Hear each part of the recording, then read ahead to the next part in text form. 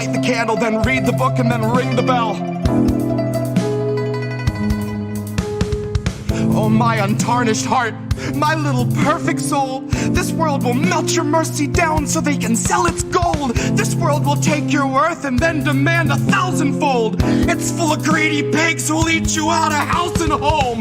They'll strip your bank account and sweep you somewhere down the road, and then return to eat your tent and shitty bike you rode. Your bottled water, only shoes and coat and broken phone.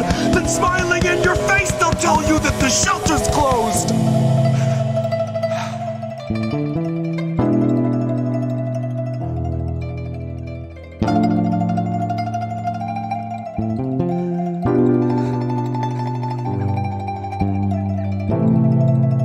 When you are not with where majority of Americans are, then, you know, that is extreme. That is an extreme way of thinking.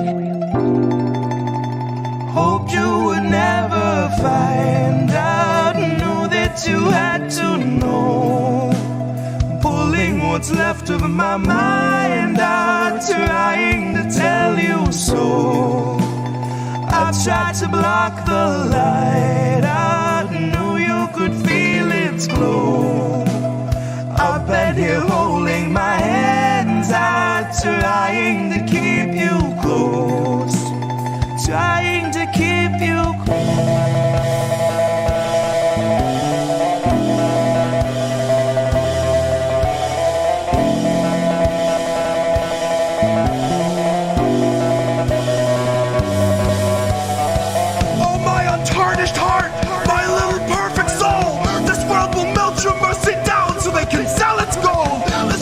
take your worth, then demand 1,000-fold. I tried to block the light just so I could keep you close.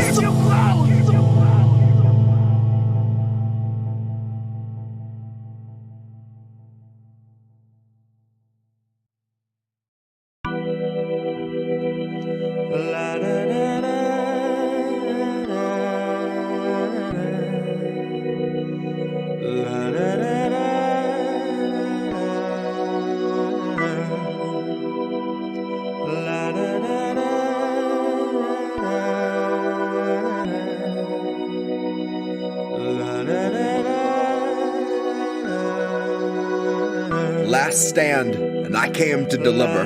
Been called a Clinton operative, a Russian, and a grifter. By libs, a Washington student debt, proud to be an intern, sucking up to pigs who get a tax cut in the midterms.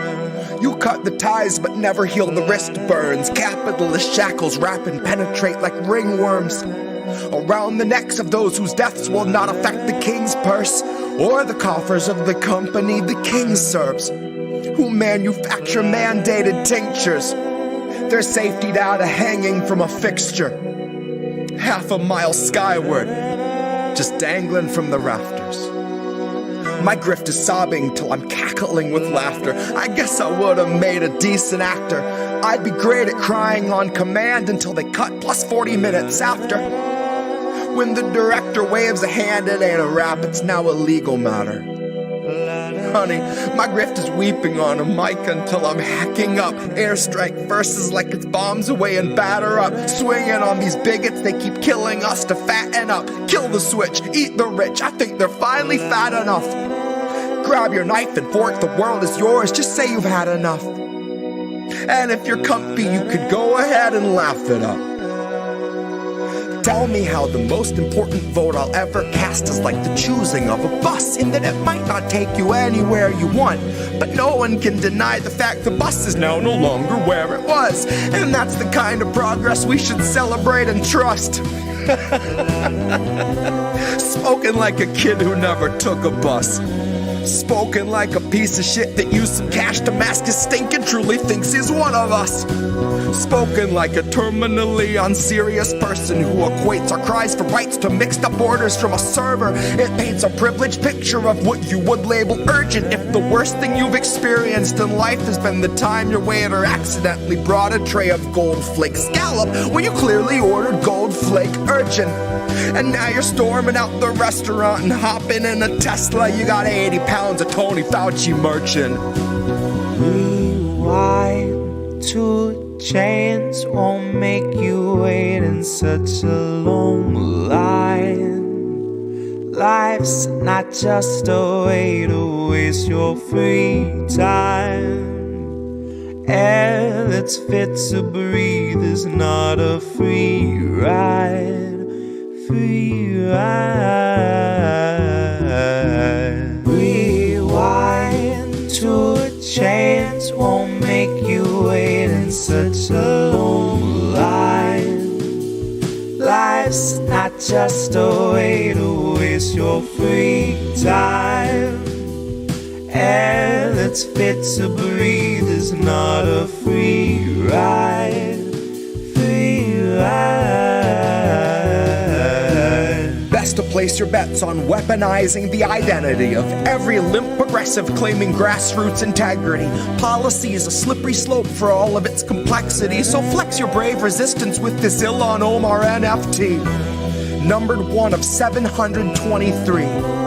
Each depicts her valiantly championing a bill before she lays it at a donor's feet. And she can throw her hands up in the air with AOC and say if only Nina Turner could have voted present too, that's why we need another seat.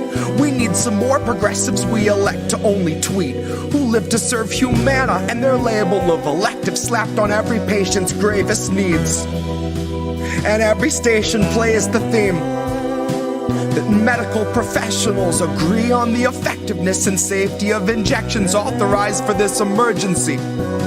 And in purely unrelated news, the profits of the ones who manufacture vaccines just increased by nearly 36 billion with a fucking B. Sometimes it feels like we're the only ones that see. Sometimes it feels like all of us are lost at sea. And every time we think we see an island on the tip of the horizon, it turns out to be another measure making sure we're kept within the watchful eye of murderous authority. And so I guess my grift is crying for the future they denied us, where the people who would buy us are a mockable minority. And we are more than genomes under warranty. And we are more than serfs in constant quarantine. If I had a single breath left, I'd let the chorus scream. I'd announce our leaders claiming none for all and more for me. None for all and more for me. None for all and more for me. None for all and more for me. Rewind to a chance won't make you wait in such a long line. Life's not just a way to waste your free time. Air that's fit to breathe is not a free ride. Free ride. Rewind to a chance won't make you wait in such a long line. Life's not just a way to waste your free time. Air that's fit to breathe is not a free ride. Free ride.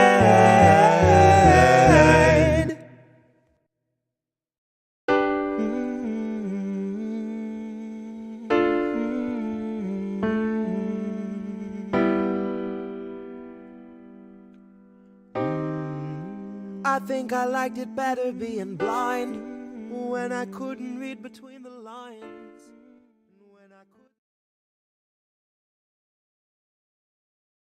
Just an off-the-cuff chat between you and me. Us. We want to talk right down to earth in a language that everybody here can easily understand. Who are these people? It's us. We're these people. I love that intro. I love that intro so much. I'm here with a different co-host this time, Oz LaFave. Hey guys, thanks so much for having me on. Friend of the show, DJ Joe Nice. How are you, friend? What's good? And you hear Nick say this all the time. The United States is the most propagandized country in the world. We are so fucked, you guys. Again, I'm sorry for being cynical, but seriously, No. we're fucked. We are Right. fucked. We are well and truly fucking fucked. Just appreciate all the work that you do and the platforms that you all are providing. Hey, doing good. How are you guys doing? And as independent media, we have a responsibility to be, we don't hide our bias, obviously, but we must stay true to the facts. What's up, Ian? Cheers and salutations. Welcome if Nice. you got them. But I am here with a man that I've been waiting to talk to for the last couple of years, Nico House. As an educator, what I would suggest is that, first of all, podcasts like these are made. So you need to be an example for the people and for the future, knowing that your words can actually change the future. What do you feel? What would Kwame Ture feel we would have to do? Well, politics is every day of every minute. You have to be aware of what's going on. Not voting on one day, so the vote has never meant anything. So I'm not a Democrat. See, I would call that guy the Black Obama. No. The issues that we talk about, listen to us. As always, kids, labels are bad. Stay independent. Good night, fam. INN News.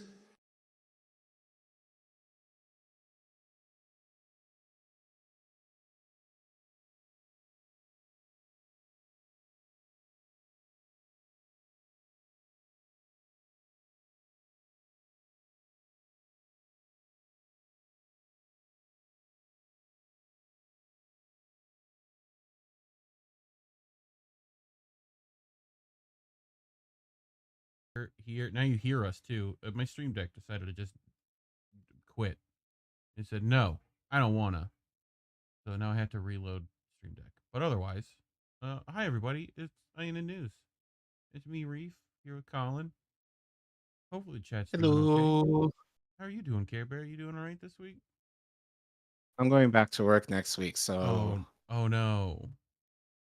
Oh no. Yes. Oh no. The summer vacation is ending, so. But Yeah. I can say it was somewhat good summer trying to get stories out. Traveled a little bit, got some work done in the house a little bit, but I'm actually excited to go back to work. So, yeah, but less time now, but more quality, I guess.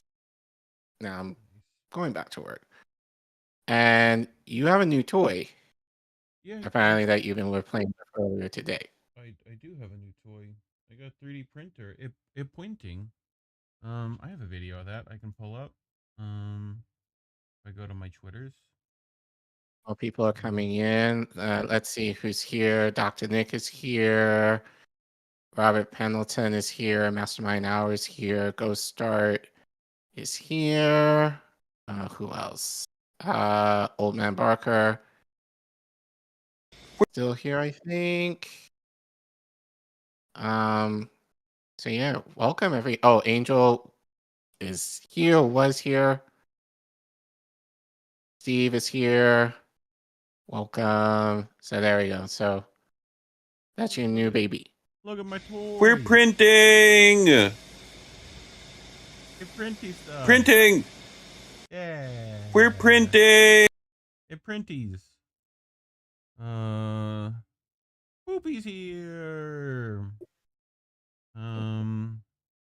Do I have what I printed? Yeah, I do. Looky, boat. It's a boat. Perfect for boats, which you can watch the rerun of Boats Friday night if you missed it. Just use a little shameless plug. Anyway. Yeah. I was on Missy's yesterday. If people didn't check that out, she had Fee on today. Yes. It has Jimmy on tomorrow. So check that out. TNT Radio. Find that. Tara's also on TNT Radio now. You can find her show there as well.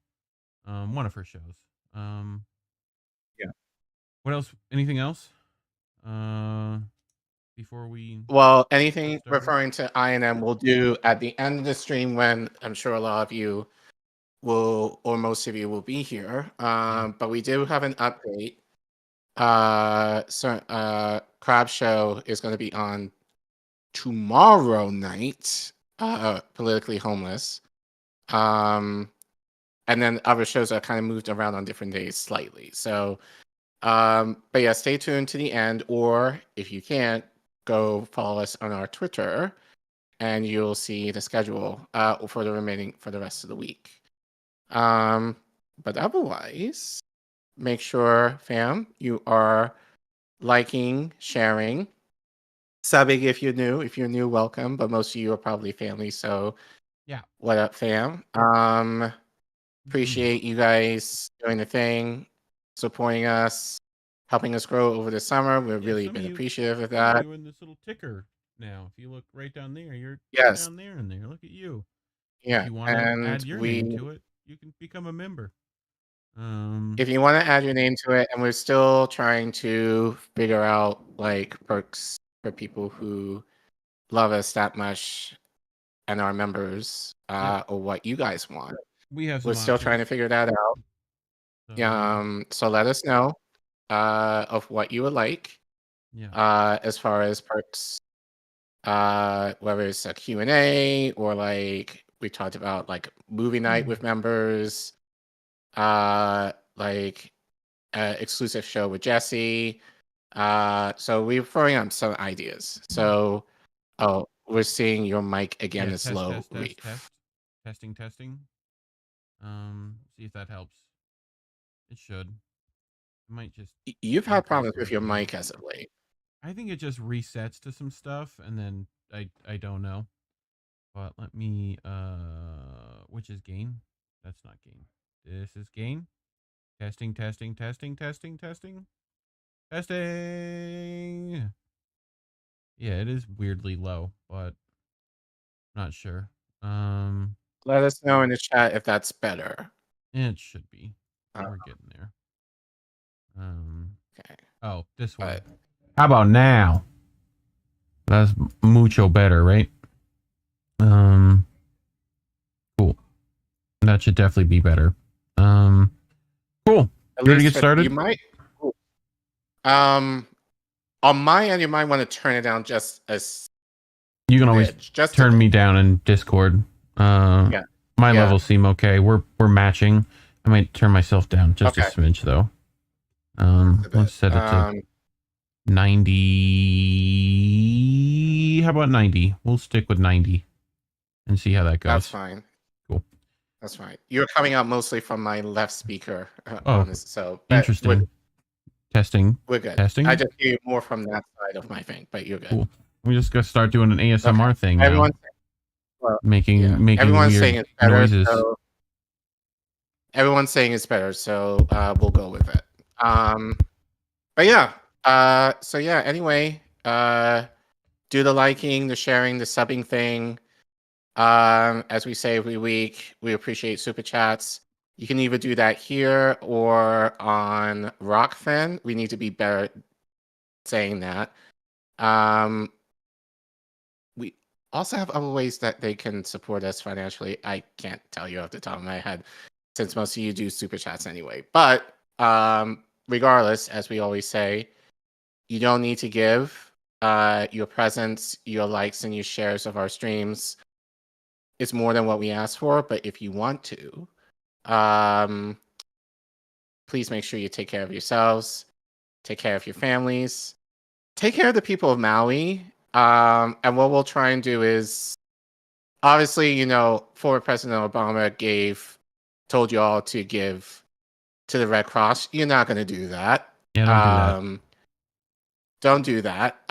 What we should do, and we're not going to talk about Maui tonight, at least. We'll definitely talk about them at some point when we have not necessarily more information, but just kind of wait for things to calm down and actually hear more from people on the island who are speaking versus what mainstream is saying.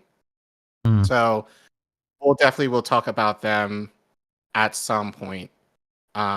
Regardless, what we can do is send you guys links. And if you know of any links as far as mutual aid, please let us know as well, either in this chat or through DM. And then we can share that with you all, just so, since the government is not helping them in any way, then we should be the ones to do that. So Yeah. So yeah, that being said though, if you, after all of that, if you still want to, if you're so inclined to give to us, we will appreciate it. And we love you for it. But we love you anyway for being here. Yeah, all we right, do. since we got about 20 people here, cool. Make sure you like the stream. I guess we'll get started. And we got quite a bit, at least for this first story. It's going to be lengthy, but I think it's worth the length. So last week we started talking about Niger and the coup that happened there. This will probably be somewhat of a dive, per se. I think I'm going to stay on the West Africa region for at least another week after this week. There's another story. We're actually trying to get a hold of Alex Rubenstein and Kit Clarenberg from the Gray Zone to talk about an article they've written about Ntumbu, who is the president of Nigeria, because there's some shady shit about him in regards to ECOWAS. So we're trying to get them on for next week, ideally. If not, we'll just read the article as is. But regardless, wanted to give some more information about ECOWAS since we mentioned them last week. So I'll do that for the first story. And then the other story I have, again, this is a local story for me, but the implications of this, I think, can also be surmised as what we might see on the national level. There's been talk of ranked choice voting, and you probably have heard this from a lot of people, in the space saying, oh, we need to have ranked choice voting in order to have things more fair. Well, at least for me in DC, Democrats, not Republicans, Democrats are suing for ranked choice voting, against ranked choice voting. But we'll get more into the specifics later on tonight. Yeah. And what do you got, Reef? I got, they're offering Assange a plea deal, and we'll get into the nitty gritty of why he definitely shouldn't do that in any capacity. But he's also being tortured, so he might think that that's a good idea. And I also have Chris Hedges' take on RFK Jr. right now, which is pertinent, I think, for people to listen to, seeing as where Chris Hedges comes from, and his expertise. So we'll get into that. But yeah, that's what I brought. So quick, sweet stuff. So you ready to get to it? Yeah, we better, because as I said, this slide is going to be, at least this segment is going to be, I hope it's not going to be too long. Oh shit! But, here we go again. But this segment is brought to you by MintPress. Yeah, the ones that snagged us for all right. I forgive them. Work, but, you played our stuff. You could have been better, but next time ask. We also have Miko Palad. Have a stream on him, by the way. Yeah, I'm gonna interview that we did with. Put a link to that in chat, so people can go watch that.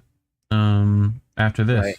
So, if you missed it. That being said, this article was too good not to use, and this is written by Alan Macleod. Come on, move. There we go.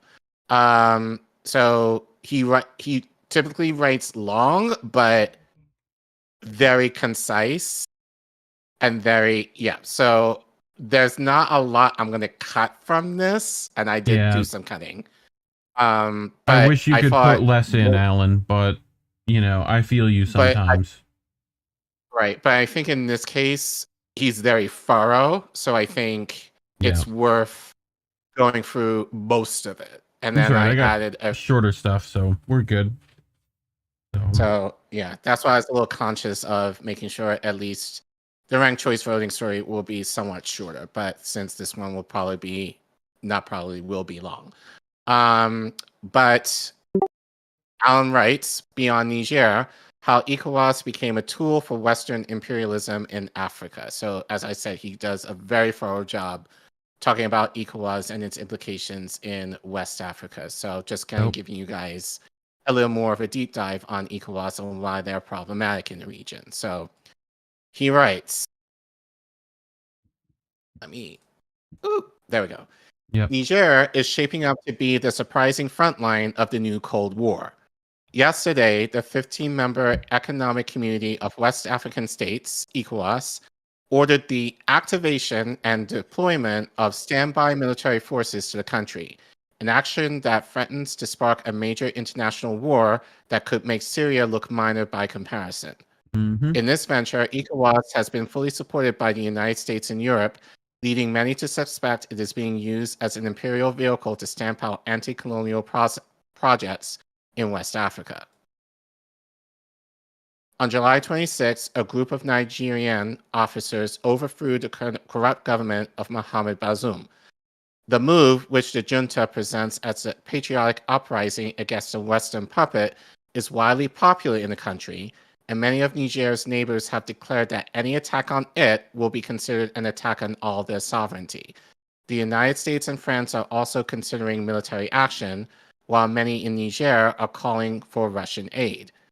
Consequently, the world waits to see if the region will be engulfed in a war that promises to pull in many of the major global powers.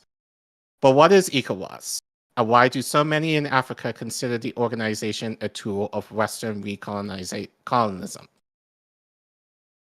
Even before the dust settled in Niger, ECOWAS sprung into action, imposing a no-fly zone and tough economic sanctions, including freezing Nigerian national assets and halting all financial sanctions. Nigeria suspended electricity to its northern neighbor. The region bloc also immediately came to the defense of Bazoum, releasing an ominous statement declaring that it would take all necessary measures, including the use of force, to restore the constitutional order. ECOWAS also gave the new military government a deadline to stand down or face the consequences.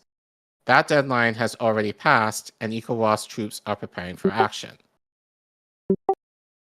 Member states of ECOWAS may therefore be obliged to send their troops into Niger, yet many nations are balking at the prospect.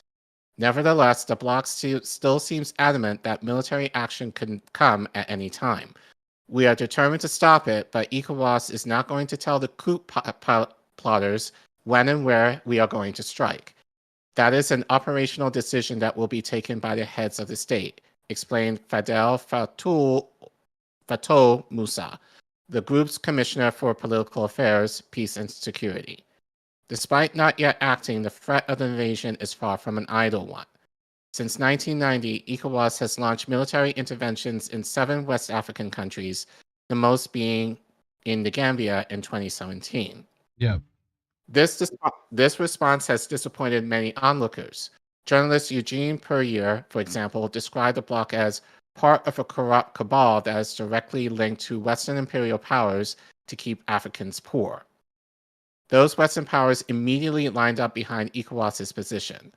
The United States welcomes and commends the strong leadership of ECOWAS heads of state and government to defend constitutional order in Niger, actions that respect the will of the Nigerian people and align with enshrined ECOWAS and African Union principles of zero tolerance for unconstitutional change, read a State Department press release. Deeming the coup completely illegitimate, the French government also says that it supports with firmness and determination the efforts of ECOWAS to defeat this push attempt. The EU also associated itself with ECOWAS's first response to the matter, said Joseph Borrell, the European Union's High Representative for Foreign Affairs, thereby greenlighting an intervention. U.S. Acting Deputy Secretary Victoria Nuland also strongly hinted that the United States is considering invading Niger itself. Which is it's not on our what desire. Right do we have in any capacity?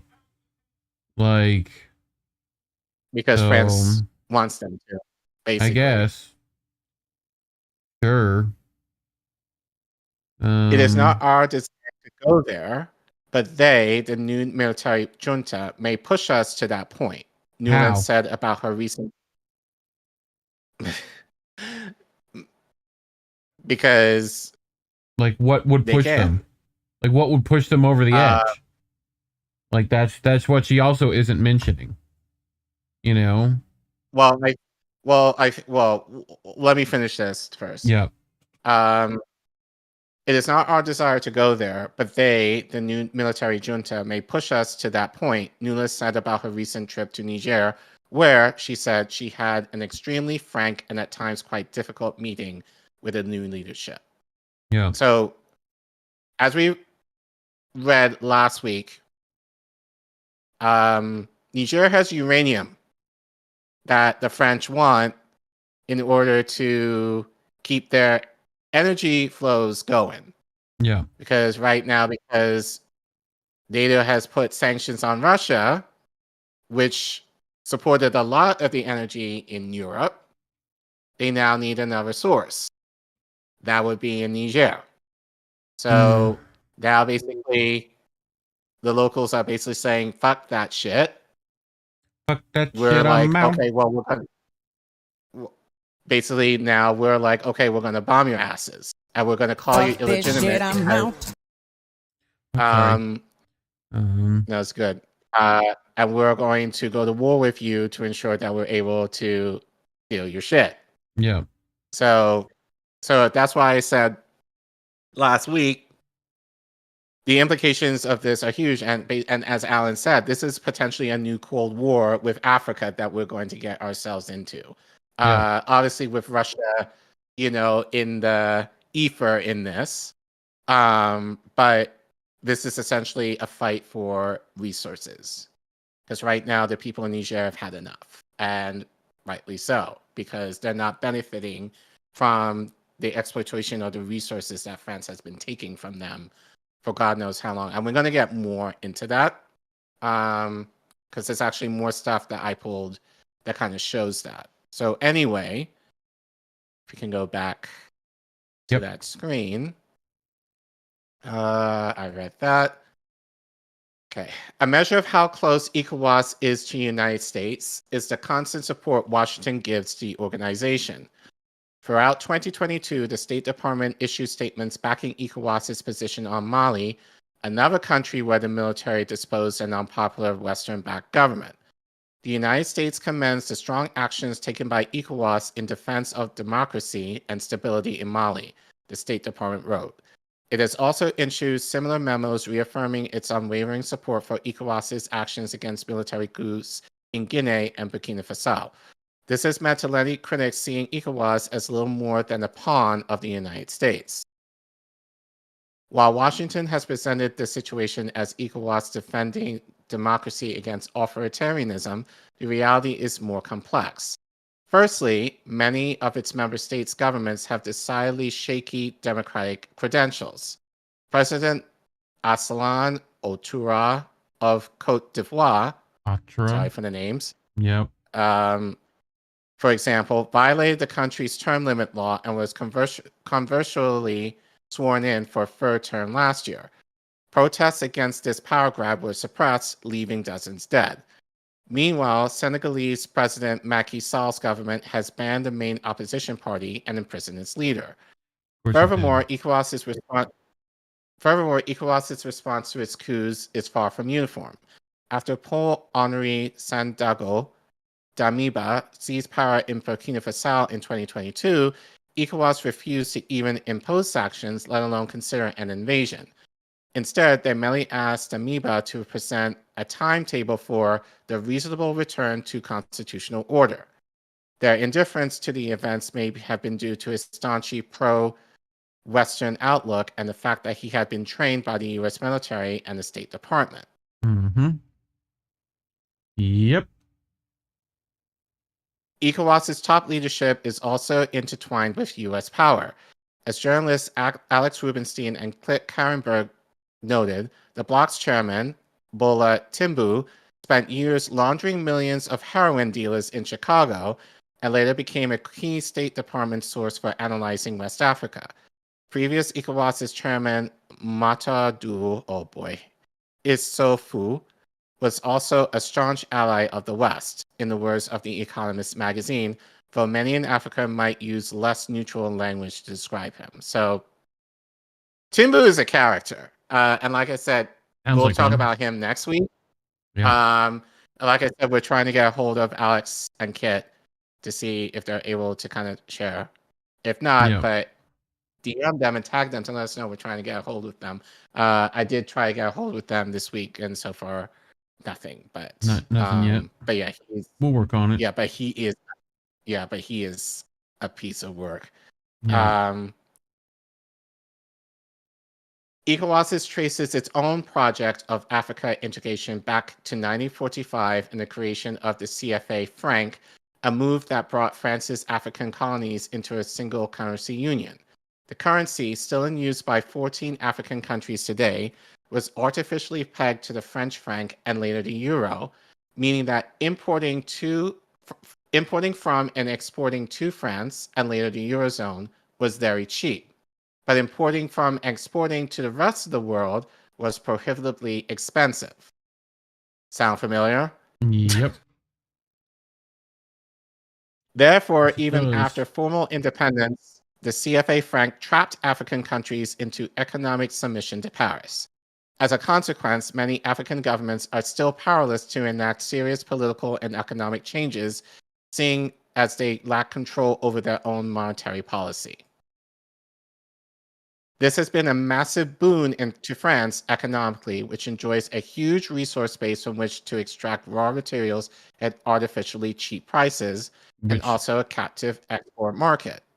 Which we talked about with, forgive me for not remembering her name, Dr. We talked about her before, where she talked about, like the roads in Africa and stuff like that. Dr. Africana, yeah. Yeah. Yeah. Yeah. So this is, the Berlin Conference. Yep. In practice. At work here. Yep. In practice. It has also meant that France has maintained a good degree of control over its former colonies. Without Africa, former French President Francois Mitterrand famously said, France will have no history in the 21st century. But this unjust economic system has also benefited African elites who can import French and European luxuries at the normal exchange rate. And it has also allowed them to siphon off African money into European banks, with French authorities happy to turn a blind eye to the practice. France still holds half of the CFA franc country's gold reserves. Yeah. Sounds very similar to Vietnam, Plaza said in the chat, by the way. Yep. Yep. So Apollo, most of you might know Apollo from his work at RBN. He actually has a great thread on this, comparable to this article. Do recommend you guys check out this thread. I'm not going to read all the thread as Alan mentions most of the stuff that we've mentioned over the last week and today. But this is what Apollo said. One of the tweets from him that I pulled. France is currently the 7th largest economy with a GDP of around $2.9 trillion. It is estimated that if you strip African wealth away from France, the country would plunge to the 15th place at a GDP of $1.3 trillion. However, France is not the only remnant of franchise colonism. If you strip away all overseas colonial territories from France, their GDP will plummet to $1 trillion. Almost a third of what it is today. In per capita terms, France would plummet to a GDP per capita of $12K, which is on par with Mexico. France, without its colonial possessions, would truly be an impoverished country without Africa and its overseas territories. So, so if you zoom out, this is why he also put, so former President Jacques Chirac said, without Africa, France will slide down into the rank of a third world power. So this is why ECOWAS is so important, as you can see in this cartoon. So thanks, Apollo, for summing that up. Appreciate you. The result has been stagnation and underdevelopment across Francophone Africa. Niger's real GDP per capita today is significantly lower than what it was at the time of its formal independence from France in 1960. France continues to be by far and away its largest trading partner, with the Nigerian economy revolving around the export of uranium to Paris, what is used to supply the country with cheap nuclear power. Talked about this last week. Yet ordinary Nigerians see little to no benefit from this arrangement. As Oxfam stated in 2013, in France, 1 out of every 3 light bulbs is lit thanks to Nigerian uranium. In Niger, nearly 90% of the population has no access to electricity. This situation cannot continue. Thus, to a great extent, France's prosperity is built upon African suffering and vice versa. So Jirac also says, well, we read that part, but he says at the top, go back up. We have to be honest and acknowledge that a big part of the money in our banks comes precisely from the exploitation of the African continent. So just saying it out loud, pretty much? Just saying the part out loud, yeah. Okay. This explains the widespread anti-colonial sentiment across West Africa. The military coup in July was sparked by public demonstrations against the Bazoum government's decision to welcome French troops into the country, even after their presence in Mali precipitated a coup last year. The new Nigerian junta had suspended gold and uranium exports to France. Down with France, farm bases out was the rally cry of the protesters who took to the streets in the capital, Niamey, and other cities across the country. So shout out to Nico. And I actually made this comment to him on Twitter. He actually interviewed David. I'm going to butcher your last name, sorry, but David Huening, who is a West African journalist. So actually go support Nico. I think he has it on Hotspot. On his Twitter. Not Hotspot. I believe he has it on his actual channel. Okay. This interview, but he clipped this for Hotspot. So David basically gives a rundown of what's happening from his perspective as a journalist in the region. So let's listen to what David says to Nico. It's important to also point out that even the supposed election that brought Bazoum into power was not exactly the free and fair electoral affair. So for one thing, the main opposition candidate, who was expected to be the main challenger, was forbidden from taking part in the election, right? Using the excuse of some criminal conviction. This person was actually barred from taking part in the election. So in the first place, could that be considered to be a free and fair election? So these are the issues which, for whatever reason, are not getting any airplay. All people are hearing is that there was a democratically elected president in office, and then the military came in and deposed him, and now they have to leave and put him back into power because that's the will of the people. But the real situation on the ground is a lot more complicated than that. There are a lot of moving parts of the story which don't play well, I guess, in international media. Yeah. So basically, a lot of what you're hearing in mainstream media is not necessarily like, and again, with ECOWAS, at the helm of all of this, it's just more or less these people who are in are essentially just the puppets for the West. It's important. Doing and further exploitation of the country. So, so obviously, as David said, what we're reporting on, it's not going to be reported widely. So this is why I felt it was important to share this story. So, because I'm seeing some shit already about people saying about Niger, you can actually refer them to this segment and be like, nah, this is why people in Niger are. So it's really not a coup. It's a matter of taking back what is rightly theirs in this case. So this is not like a January 6th situation. So. But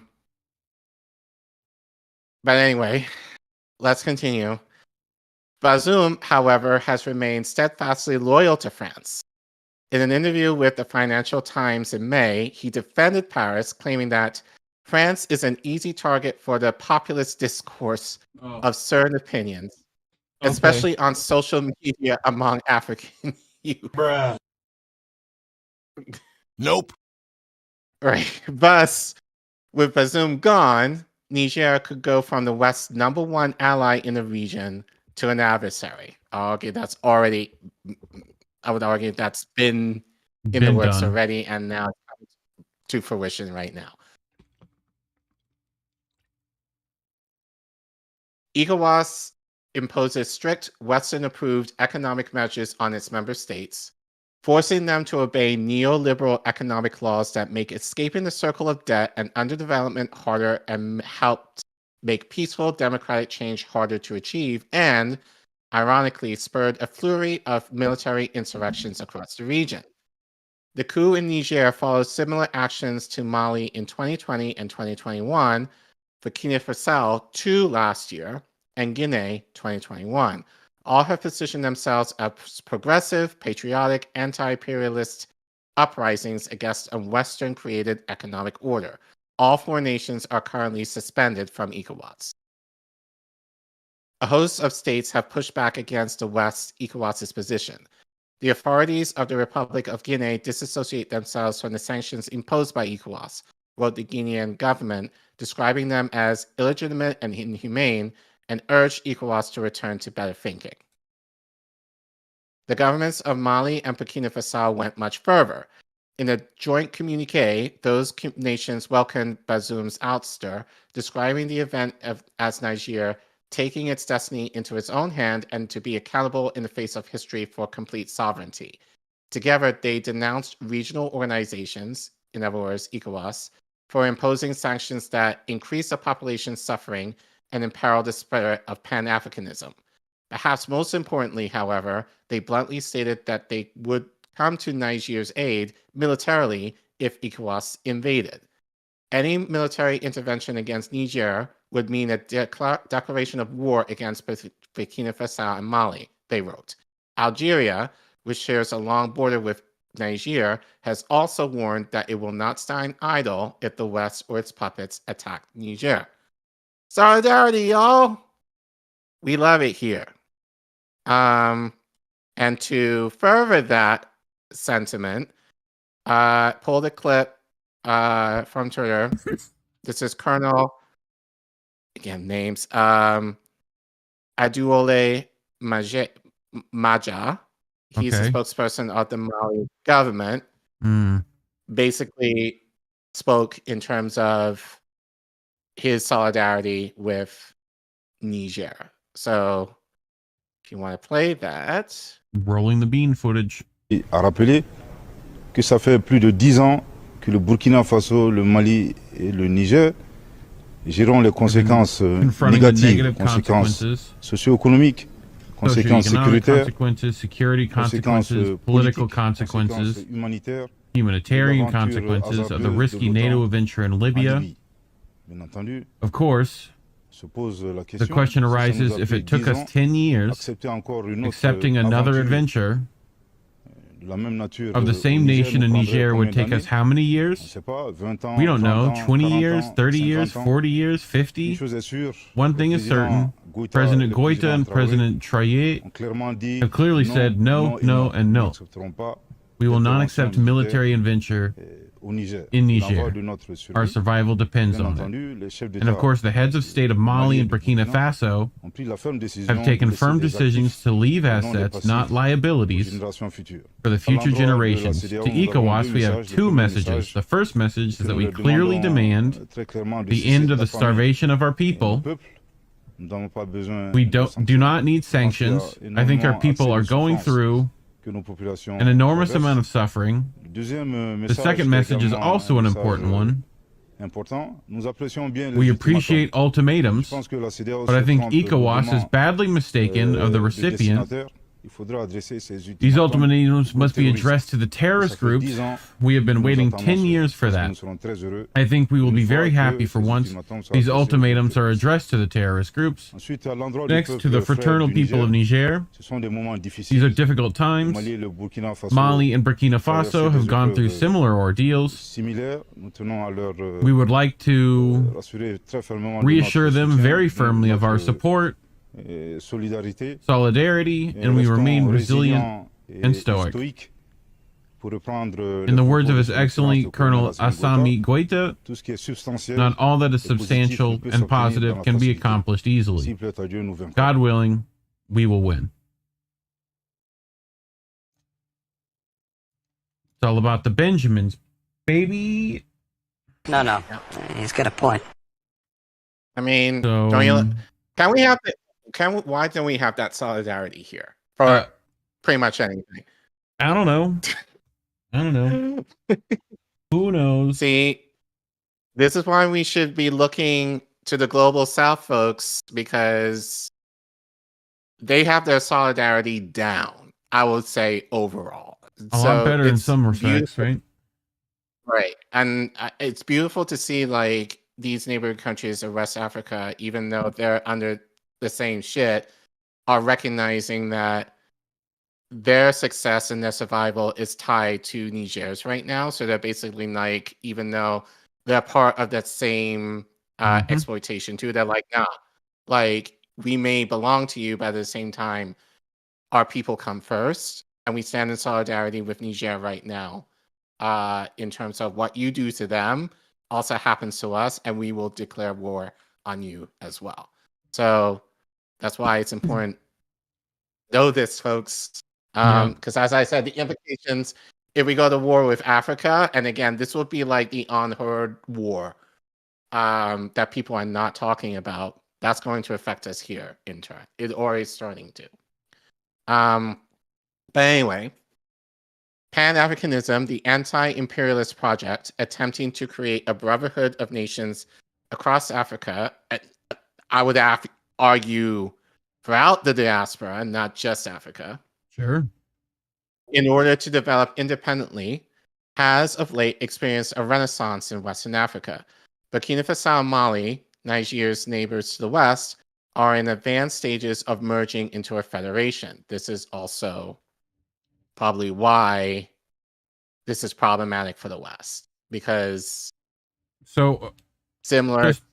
Someone might be able to tell me in the chat: is it the anti-imperialist project, or is it Pan-Africanism? If anyone from that organization wants to reach out to us, and we'll talk to you.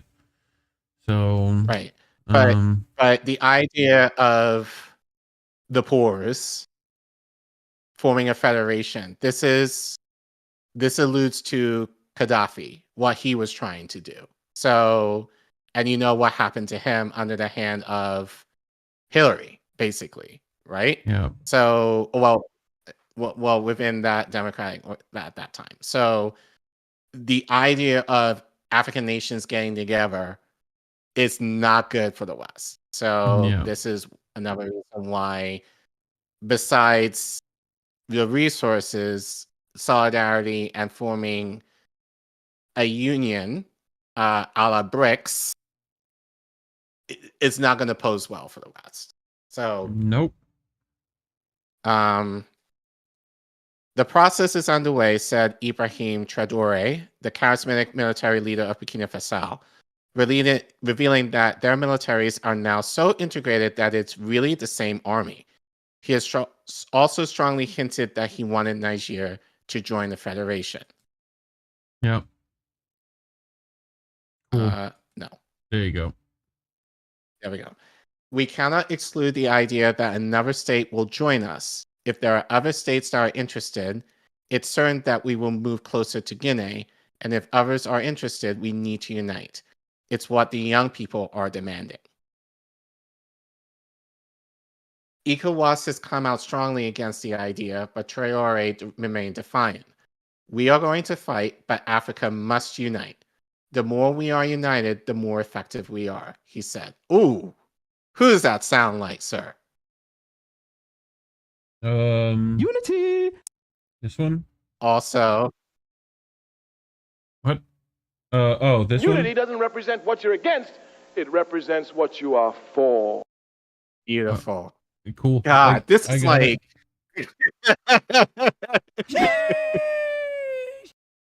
What?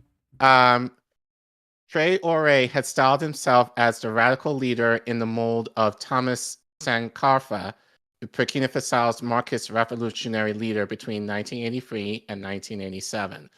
sporting a red beret as Sankartha did. Which, by the way, asked questions. If you're gonna go berets, you should go with a little red beret. I'm just saying. Right.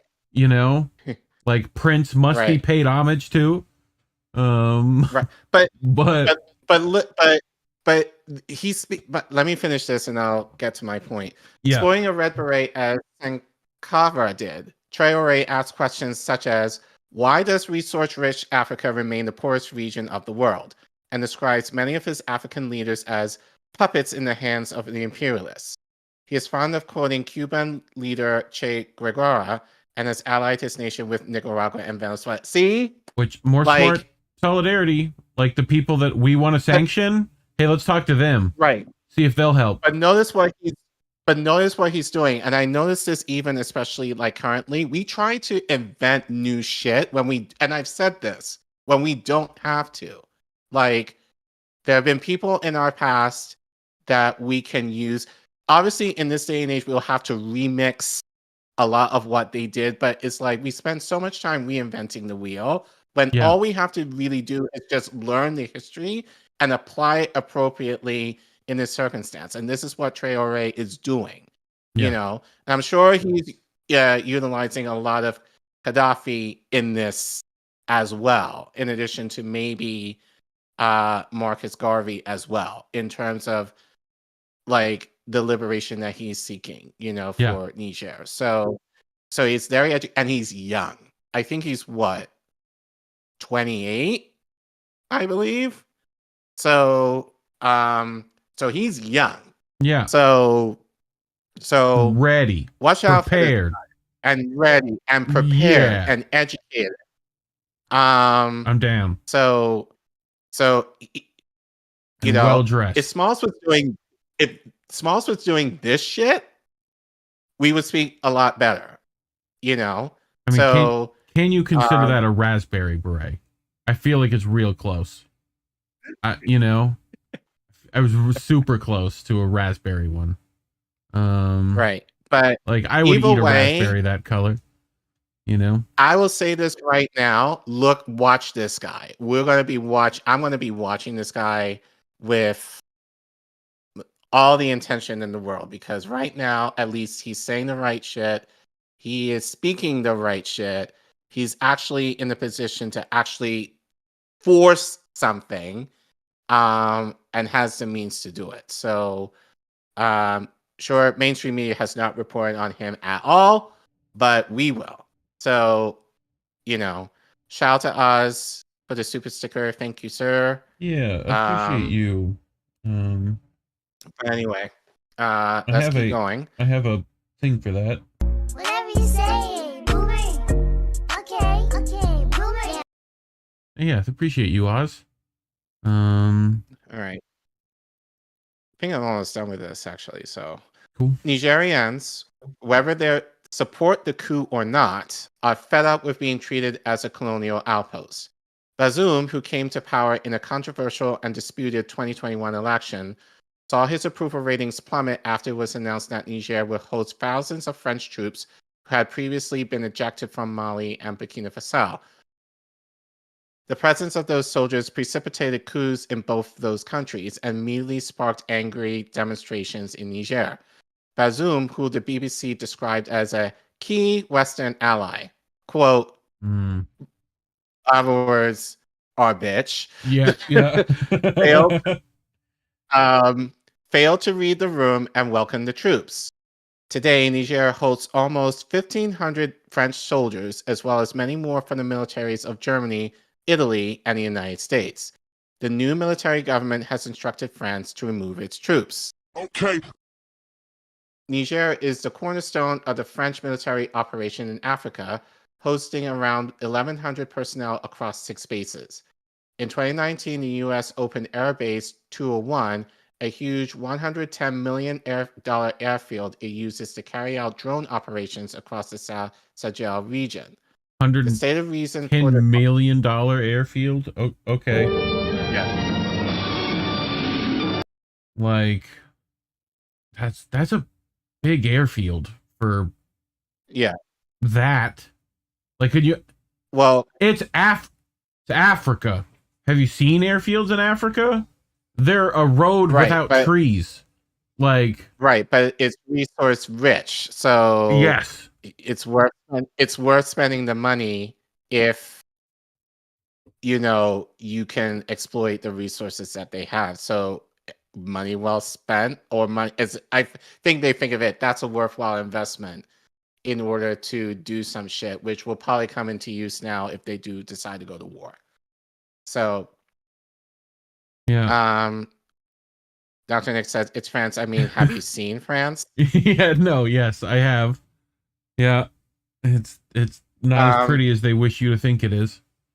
Right.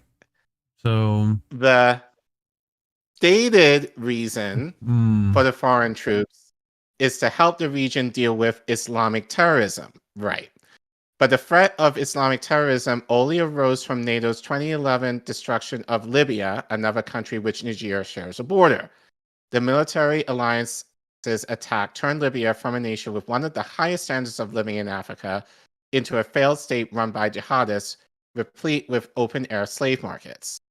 The coup, therefore, enjoys widespread support inside the country. A poll published by The Economist earlier this week found that 73% of Nigerians want the military junta to remain in power, with only 27% wishing for Bazoum's return. So no one's looking for his ass to come back in. No.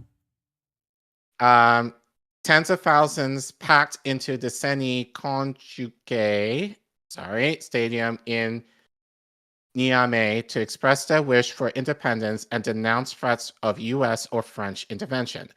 If ECOWAS forces decide to attack our country before reaching the presidential palace, they will have to walk over our bodies, spill our blood.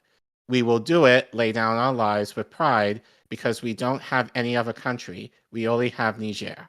Since July 26, our country has decided to take charge of its independence and sovereignty, said demonstrator Ibrahim Bana.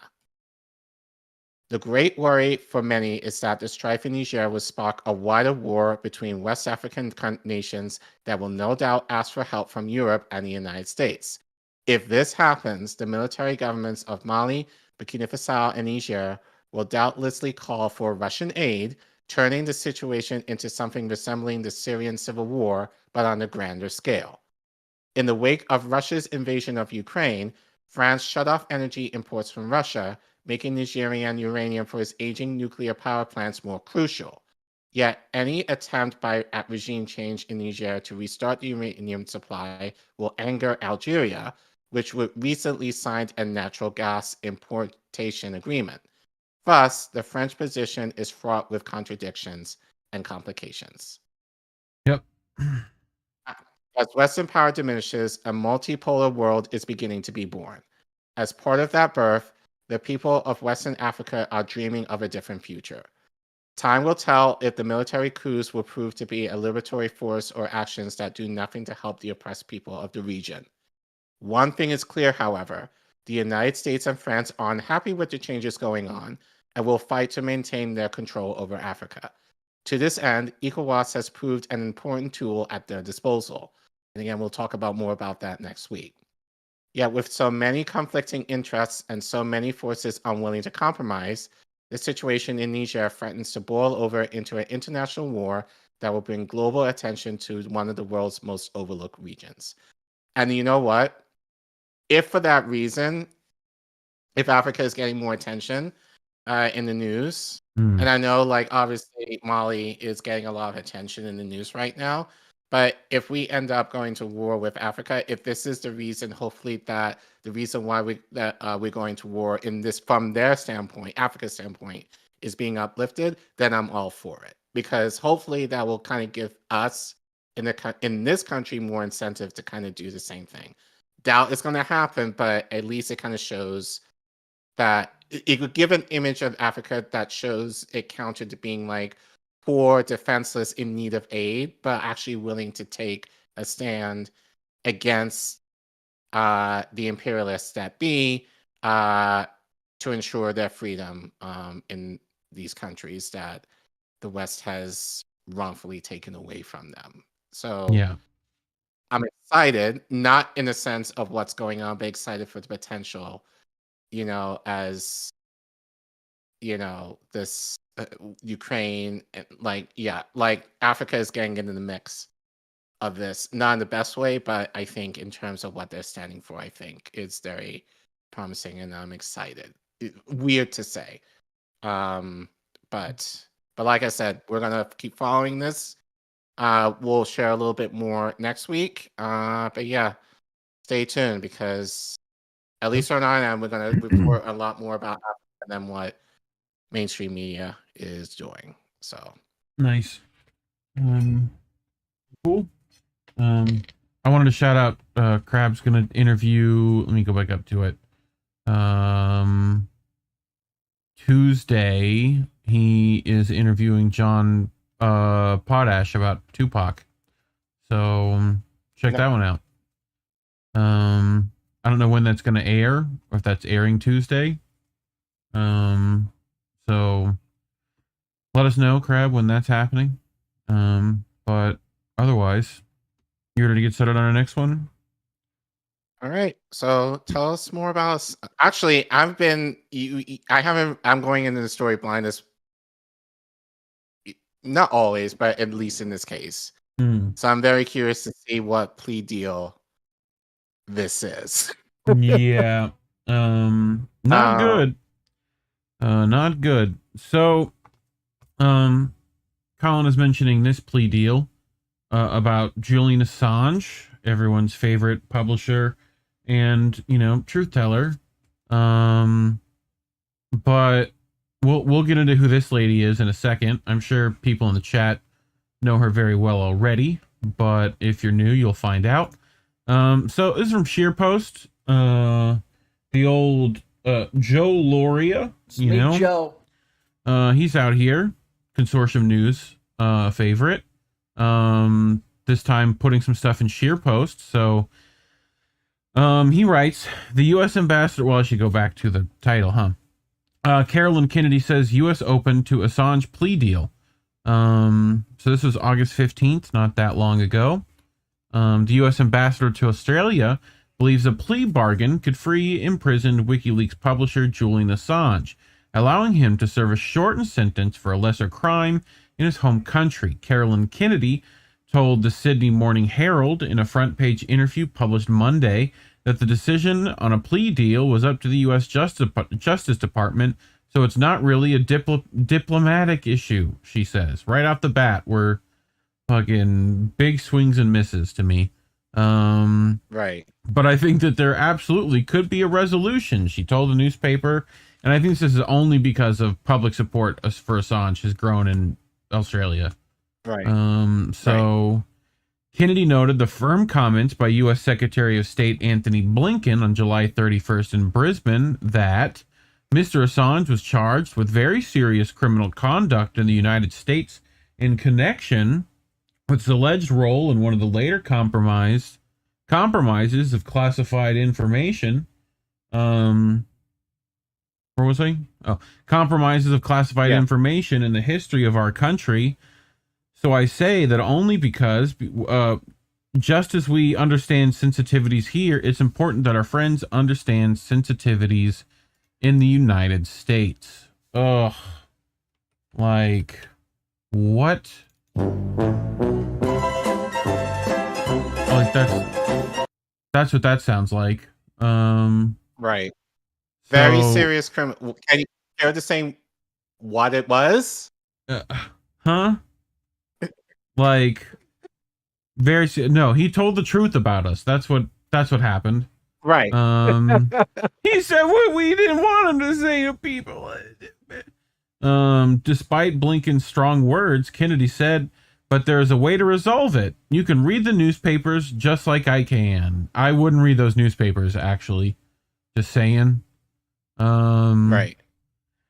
Gabriel Shipton, Assange's brother, told the Herald Carolyn Kennedy wouldn't be saying these things if they didn't want a way out. The Americans want this off their plate. Right? Do they? Or do they want it handled? I would argue the latter. Yeah. Make this go away. Make this go away, please. which we'll get to how that might happen. The newspaper said there could be a David Hicks-style plea bargain. Collin, do you know that man? You heard of this guy? David Hicks? No. Cool, we'll get to him. A so-called Alford plea in which Assange would continue to state his innocence while accepting a lesser charge that would allow him to serve additional time in Australia. The 4 years Assange has already served on remand at London's maximum security Belmarsh prison could perhaps be taken into account. So this is saying that they're saying that this could happen. Doesn't mean that it does. If it does, we have this. So, David Hicks, an Australian, violated his rights by jailing him after Guantanamo transfer. Okay? So, comes out of Guantanamo, okay, goes to Australia, okay, the same kind of deal, right? So, David Hicks was arrested in Afghanistan in 2001, sent to the U.S. Naval Base at Gitmo in January 2002. In March 2007, after pleading guilty under a plea agreement, okay, right, he was, they tried to state earlier that he could plea innocence but just take a lesser charge. That's not how it works. That's not how plea deals work. Riddle me that. Right. Typically, a plea deal, you give information that you want in exchange. So why are you exchanging? Right. What information do you want him to give? What? You know what I'm saying? That's part of it. Well, the thing is, I think they was the problem. I think they're looking for reds. I think they're saying, look, take a plea deal, give up your Russian sources, quote unquote. You know what I mean? True. Or any source. Right. Pick a source. I'm sure there's plenty of sources Assange has that they don't know about. You know? Right. So he may not be willing to do that to accept that plea. So he was convinced under the U.S. Military Commission Act of 2006 with, quote, providing material support for terrorism and given a 7-year sentence. Most of it suspended, right? That was the plea deal. We'll suspend most of it, okay? Acceptance of the plea agreement was a condition for his return. He was transferred in May 2007 to Australia, where he served the remaining 7 months of his sentence in prison, okay? By the time Mr. Hicks was transferred, there was a lot of information available that raised serious concerns about the fairness of the procedures by the U.S. Military Commission that should have been enough to cast doubt among the Australian authorities as to the legality and legitimacy of the sentence imposed on him. So Mr. Salvioli, Australian officials had also visited Mr. Hicks at Gitmo and were therefore in a good position to understand the conditions under which he was held and tried. However, Australia did not do so, and by accepting to imprison Mr. Hicks for the remainder of the sentence, Australia violated his rights under Article 9 of the Covenant, the committee found.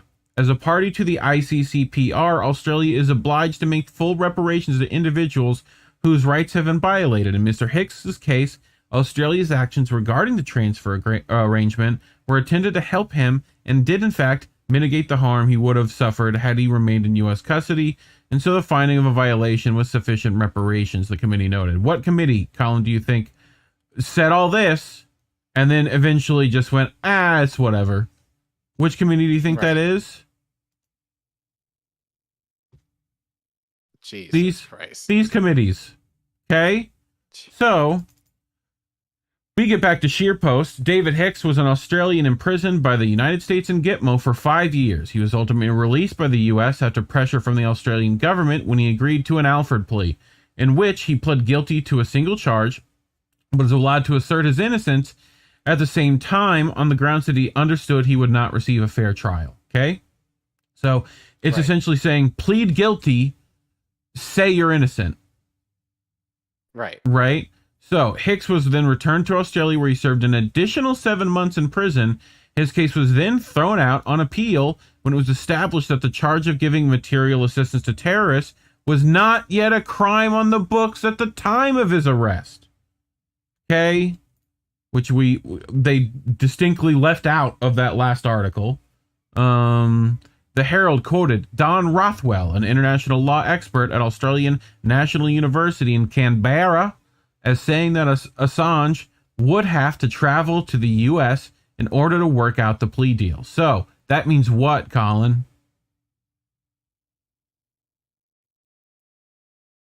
He's got to come over here. What does that mean? Not good. That's extradition. That's what that is. Right. That means we'll just round you up, put you in jail anyway, and screw whatever plea deal we were going to offer you. So, everything that we know about Julian Assange suggests this would be a significant sticking point for him, Rothwell said. It's not possible to strike a plea deal outside the relevant jurisdiction, except in the most exceptional circumstances. However, Bruce Afrin, a U.S. constitutional attorney, told Consortium News CN Live webcast in May that it would indeed be possible for Assange to remain in Britain to work out the deal. Usually, American courts don't act unless the defendant is inside that district and shows up to the court, Afrin said. However, there's nothing strictly prohibiting it either, and in a given instance, a plea could be taken internationally. I don't think there's anything wrong with that. It's not barred by any laws. If all parties consent to it, then the court has jurisdiction. That's if you want to accept the plea deal, right? Which we don't know what that is yet, right? Is it, because what is it now, 185 years, something like that, right? You know, what, they drop it down to another 10? He could be dead in that time. Yeah. You know, like literally he had a mini stroke. Like we're talking about, and Australian prisons aren't that much better than here, even if that was the case. Correct? So, on something he is not guilty of any crime. He's not. So... Right. And notice how they haven't said what his crime was. Yeah. Right. Still waiting. Yeah, yes. So, Afrin said that 7 years in the Ecuadorian embassy in London and 4 years in Belmarsh, Assange obviously would have a fear of coming to the U.S., and our prison system is often known for rough treatment in terms of management units and solitary confinement. Y'all seen Oz. Yes. Yeah. Not to be confused with our Oz. But Afrin said it was understandable that Assange would not trust the U.S. to follow through on a deal if he went to America. The U.S. sometimes finds ways to get around these agreements, Afrin said. The better approach would be that he pleads while in the UK, if at all. We resolve the sentence by either an additional sentence of 7 months, such as David Hicks had, or a year to be served in the UK or in Australia, or time served. Shipton told the Herald that his brother going to the U.S. was a non-starter. He said Julian cannot go to the U.S. under any circumstances. Afrin said Assange would not necessarily have to plead to an espionage or computer intrusion offense, which is one of the two things they are saying, right? Hacking or espionage, right? When he's not an American citizen. Right. That's what's happening, right? So he could plead simply to mishandling official information, or even, in the worst case scenario, conspiracy to mishandle official information. A far lesser charge. I would argue conspiracy to mishandle official information wouldn't necessarily be a lesser charge to me. I just think they're making this up. No, conspiracy is thinking about doing it. Right, but in this case. But official information, though, I would consider arguably government. Collin, it wasn't him that did that. It was the Washington Post. It was they did that. No, it was the Guardian. That's what. But all I'm saying is, it just sounds like they're just trying to throw whatever he didn't want to publish charge any of that stuff yet, even though it doesn't make sense, and see what kind of sticks. That's what the impression this kind of gives me. Yeah, I mean, and also they can't espionage. That's bogus too. Pretty much. Right. They're accusing him of spying. For who? There has to be a reason for the spying. You have to spy for a country. Are you saying Australia used him as a spy? Are you saying Russia used him as a spy? That's what espionage I'm sure that's is. what they're gonna. I'm sure that's what they're gonna go with. Right, which part of the plea deal would be like, I'm sure give up your source and your funding and whatever. So right, that would also resolve the case and probably give the U.S. its satisfaction and would allow Julian essentially to hold his head up high after all these years. I disagree to some degree. No, the fact that you have to claim any guilt when you weren't guilty at all, like Assange is a lot more principled than that. Like, absolutely not. The issue is, dude, he's been locked up in a hole for so long. He may take this just because it's a glimmer of hope to get out.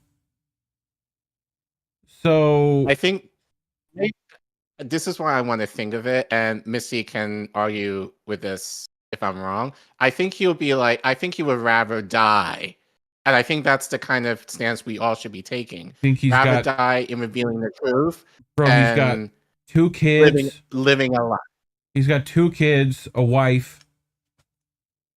Like, he might want to get back to them. Like, I'm just saying, like... But here's the thing, and... I don't wish he would, but I think it's a possibility. Here's an aside, though. Very quick. I've had this conversation with my dad in terms of, you know, like, I don't have necessarily the best relationship with my dad. My dad is a Pan-Africanist, very much for the movement. And, like, he separated from my mom when I was very young.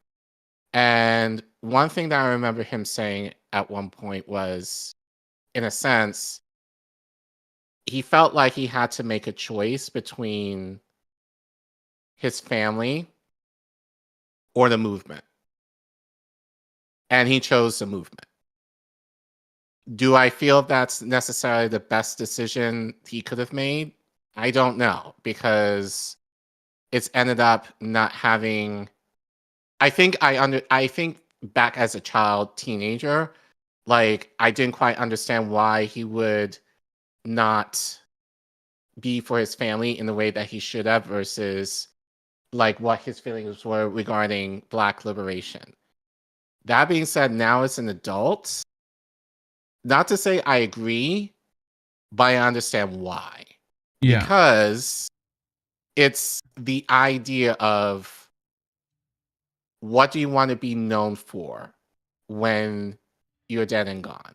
And I think the idea that Julian has in his mind is, and I don't want to say that he wants to die a martyr, but it's the idea of what he represented in terms of free press and the idea of being a martyr for the truth. That, I think, at the end of the day, if he's able, the sacrifice he'll have to make for his kids, I totally get. But I think, in my mind, that's the sacrifice that he's willing to make. That's on top of the psychological torture involved, and that's only what we can see, let alone the stuff happening behind the scenes. So, you know, I'm not going to be upset if he chooses this. I will understand why he would have. But I think that's his decision. That's only a decision that he will have to make. But I would argue that, especially for his kids and Stella, you know, it's the idea of, like, that they will be able to kind of learn the truth and carry on that memory for their dad, in honor of their dad. And I think ultimately, to me, that will something that will last beyond him, which I think, to me, in my mind, that's a lot more powerful than him kind of taking a deal, in this case, just to be home. That's a hard choice. I don't think there's any right or wrong in this, honestly. Yeah. Ultimately, that's the choice that Julian has to make. But as I said, given how I believe him to be somewhat principled, I believe that, obviously, we don't want him, you know, to die from this, obviously. But it's the idea if you're willing to die for the betterment of the press, in terms of truth, in terms of exposing. That's what's going to carry, because the president people are not going to continue. Right. Yeah. It's the president, and people like us, and like shout out to Misty. If anything, that's going to it could make things worse. Gain more momentum in terms of his advocacy. Well, my issue with this is with it's a half measure from these Australian legal teams, only because they're getting some public pressure from it to say that now we should have a plea deal. No. Ask for him out. Right. But who's to say the advocacy now should be no? Offer him asylum. Like, do something other than this. Right. This is just accept it so we can move on. That's what this is. Right.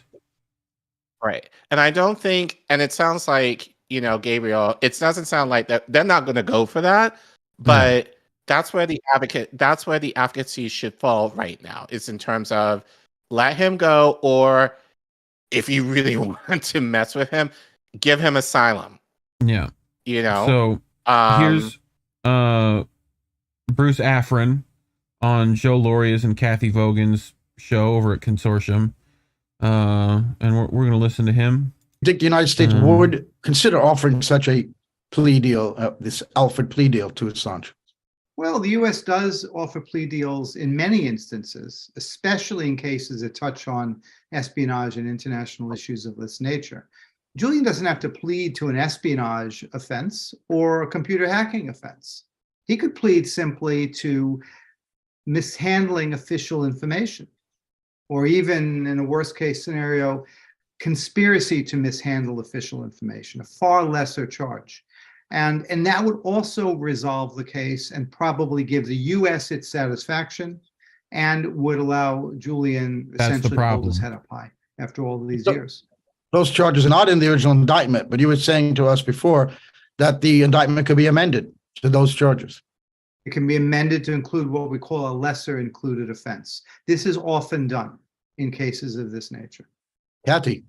Now, Stephen Kenny said to me that he hoped the US wouldn't force Julian Assange to take a plea.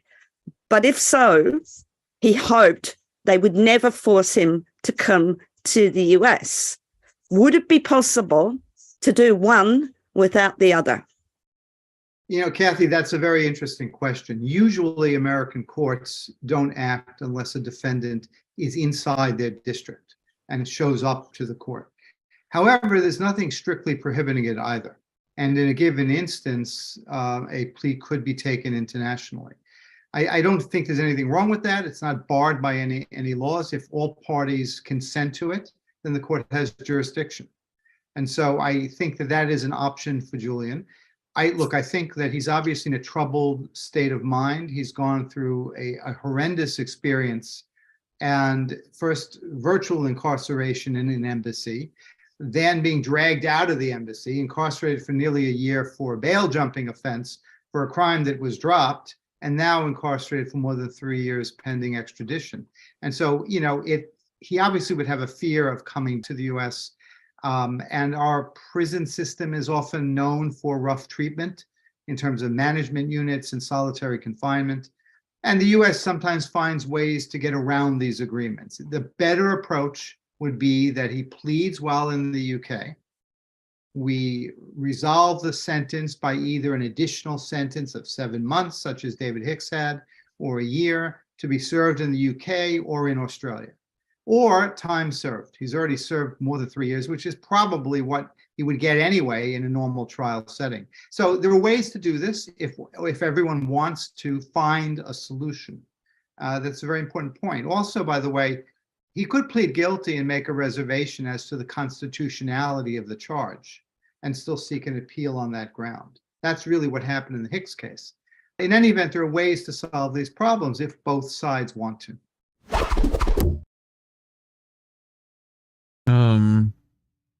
Anything to add on that, Care Bear? I mean, as I said, it's make this go away in the way that is the most expedient for the people involved, other than Assange. Yeah. So it's tough because, as I said, if this is a way for him, and that's not even discussed, and that's the thing, it's like, will he be able to go home, or like, will, like, none of that is just basically more prison time, basically, is what we're hearing right now. You know, so to me, it's just kind of like, how different is that going to be from where he is now? The only difference is he's going to be, if he is extradited here, you know, he's going to potentially going to be put where? Like, you know, the situation is going to be way worse for him. Yeah. Right. Like so he could get more like the same black sites that they put people like Epstein in, that kind of stuff. Right. Right. And like, and I don't want to say stuff, you know, in terms of like, but, you know, some mess can happen. Yeah. Accidentally. And or the cameras you know, might not work. And. So right. So the issue is right now is that he's in limbo, right? Like legally, he's in Belmarsh. They haven't decided to like actually grab him and bring him here. So, I mean, you know, so on May 22nd, 2 days before President Joe Biden is due to visit Australia on a trip, he then canceled, right? Assange lawyer Jennifer Robinson said for the first time on behalf of the Assange legal team that they would consider a plea deal. Robinson told the National Press Club in Canberra, we are considering all options. The difficulty is our primary position is, of course, that the case ought to be dropped, which I would agree with. We say no crime has been committed and the facts of the case don't disclose a crime. So what is it that Julian would be pleading to? Assange remains in Belmarsh, awaiting a final 30-minute hearing before the High Court of England, Wales, which is on summer recess until October 1st. Okay, more limboing, right? Assange's lawyers will attempt to reverse a decision by the High Court not to hear his appeal against the Home Secretary's extradition order and against most of the lower courts ruling in his extradition case. That court, in January 21, ordered Assange released on health grounds in the conditions of U.S. prisons, but sided with the U.S. on every other point of law. The U.S. then won its appeal before the High Court, which overturned the order to release Assange. Australian Prime Minister Anthony Albanese is due to visit President Biden at the White House at the end of October, at which time Assange supporters may hope that an arrangement to send Assange to Australia could be finalized, but the High Court could convene before that. If it rejects Assange a final appeal, he could be put on a plane to Alexandria, Virginia, where he faces up to 175 years in a U.S. dungeon for publishing article information about U.S. war crimes and corruption. Yo, Alexandria is just right across the river from me. If that happens, there's going to be enough people here that will fly into Virginia to protest against that. Yeah. So 2,000 years later. Greg Barnes, a human rights go lawyer. ahead and do it. Right. Greg Barnes, a human rights lawyer who advises the Assange campaign. Colin's talking about getting a posse together with dynamite, and I'm down. You know, a couple of lassos. It's going to be a great time. You know, you can ride your old time horse, right? Told the Australian Associated Press that Assange had come between the U.S. and Australia as Washington gets Canberra's cooperation to set up new U.S. military facilities in Australia as it ramps up pressure on China. That's why this might even be happening. Right? That they're saying like, hey, if we're going to do your dirty work, you're going to have to like let us have this one. Right. You know, so it's clearly a diplomatic issue because it has engaged the prime minister and the foreign minister. It's not an ordinary run-of-the-mill extradition case, Barnes said. this matter has become a sticking point in the alliance. So yeah,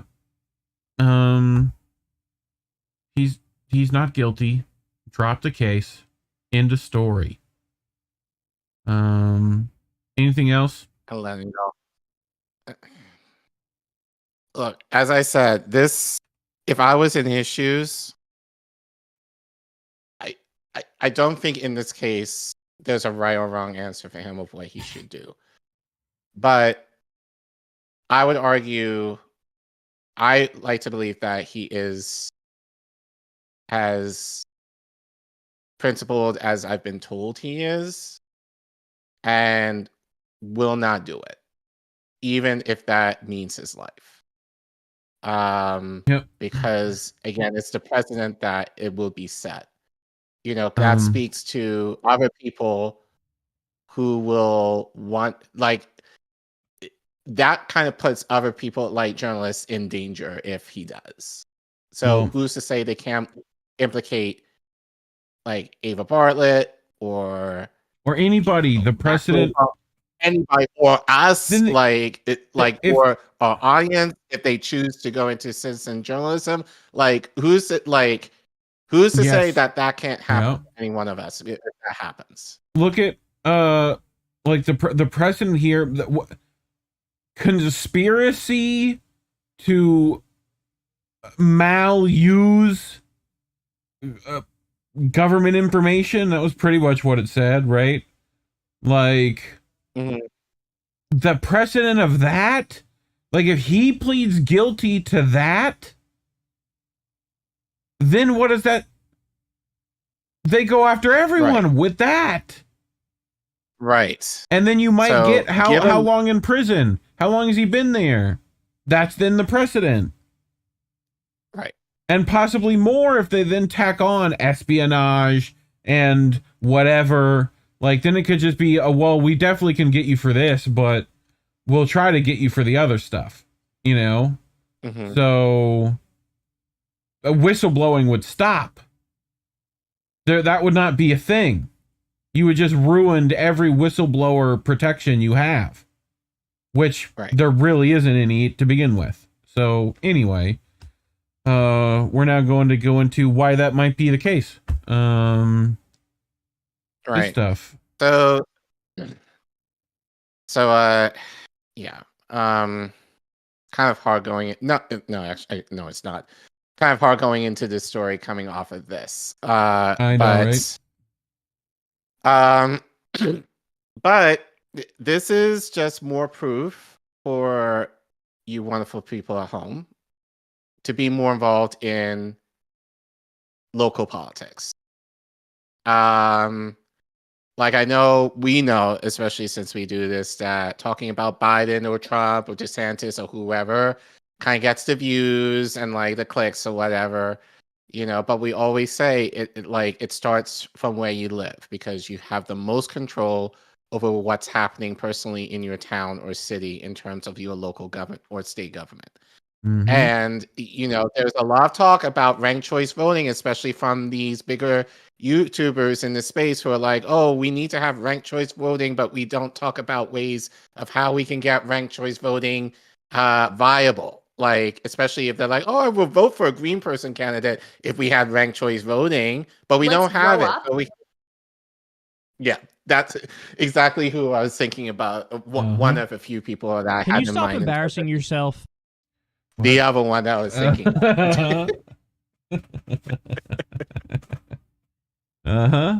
And more, but I don't think you have them on the soundboard. Thankfully. So, and that's thankfully, and that's fine. But yeah, you read this right. Our title: DC Democrats sue ranked choice voting. What does that mean, Collin? I'm about to tell you, but so I want to assume you guys are very smart. You guys know about what ranked choice voting is, but for those of you, and shout out to Due Distance, I know they kind of did something similar to this like about a month ago for a segment that they did. We're going to go very quickly what it is for the folks at home that may not know what it is.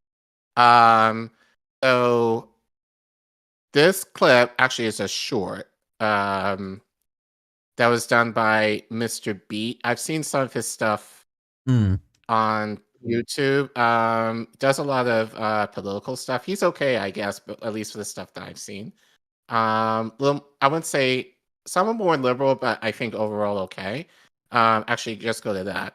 Yeah, So there you go. he's going to explain in 1 minute just to give a general basis of what ranked choice voting is. So Ranked choice voting explained in less than 1 minute. In a ranked choice voting system, voters rank candidates by preference on their ballots. So if there are 5 candidates, you rank them 1 through 5, with 1 being your favorite candidate and 5 being your least favorite candidate. After the ballots are counted, if a candidate wins a majority of first preference votes, they win the election. However, if no candidate wins a majority of first preference votes, there's automatically a recount. But the candidate with the fewest first preference votes is eliminated from that recount, and every person who voted for that person now has their second preference redistributed and added to the overall tally. If there is still no candidate who has won a majority of votes, the process repeats. The remaining candidate with the fewest votes is eliminated, and every person who voted for that person now has their second preference vote redistributed and added to the overall tally. This process keeps repeating until one candidate has a majority of votes.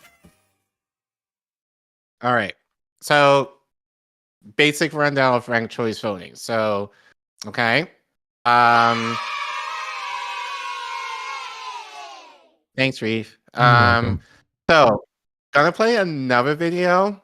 This is from the Heritage Foundation. We all know who the Heritage Foundation is.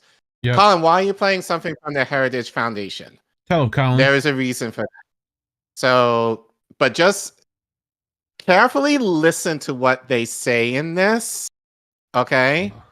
Yeah, it will make more sense. I know Reef was like, why the hell are you doing No, this? already It will the make guy. sense. It's the guy. It's like, could you be more Heritage Foundation? Like, look, dude, you can't even see his eyes. They literally go through him, like to the blue behind. Like it's just a hole here. Just soulless before we and start, dead. Before we start, we got a super chat from Steve Wolfbrand. Grow this damn channel. Yeah, we know. We're working on it. God. Look, you guys. Well, the only way it's going to grow is from you guys because we're heavily suppressed. Yeah, like I think he's YouTube yelling doesn't at recommend everyone it. in chat. Grow this, do the thing. So But I'm gonna listen to Steve. Help us grow. I'm gonna roll this Because we're bean suppressed footage. as shit. It's just so funny. Like I'm subscribed obviously to this network, and like whenever we have clips, like they never show on my page. Never. I have to type in our network in order to see, what we have. So like I will see like Savvy or Do Dissonance or RBN stuff that kind of pop up on my main YouTube page. Never our stuff. I might get Never. one or two, depending, but I make sure to click it a lot. Rarely, at least as far as my knowledge, I never see any of our stuff promoted on my page. Wow. But anyway, I digress. Rolling the bean there's a footage. reason- yeah. What? There's a reason why I am playing this. Listen to what they're saying and hold it in your brains, and then it will make sense as I go through the article that I read after this. Gotcha. Go ahead. I'm Hans von Spakovsky with the Heritage Foundation. You're Hans. What? Who? Motherfucker, wait. That you can't. We got to run that one back. Hold on. I'm Hans von Spakovsky with the. You were motherfucking the best in like the name game. Bobana Fana Fofana Hans Cons Mofans Bonds. What? Sorry, I can't. We had to pause at that. The Heritage Foundation. I'm Jason Sneed with the Honest Elections Project. Jason I'm Trent Sneed. England with Save Our States, and we have been working hard to guarantee that we have honest and fair elections. Some people want to radically change elections with a new, confusing process called ranked choice voting, which should really be called rigged choice voting because it disenfranchises voters and can lead to political activists trying to game the system to allow marginal candidates to win elections. Instead of just voting for one candidate, their top choice in a race, voters are forced to rank all with the whip candidates from pan. their Stop first with the choice whip to their pan. last choice. Then those preference votes are counted, every and if no time. candidate wins more than 50% of the Whoosh. vote, officials begin rounds of elimination.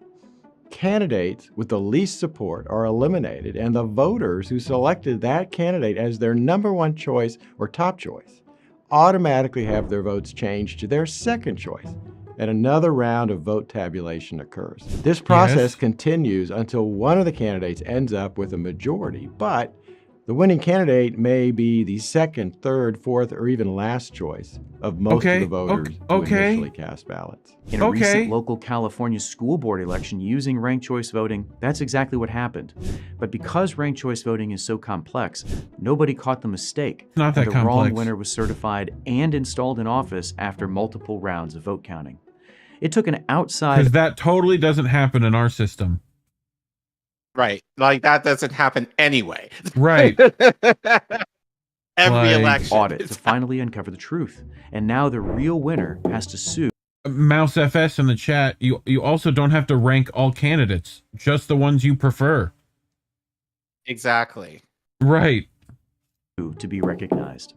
That's just one problem with ranked choice voting.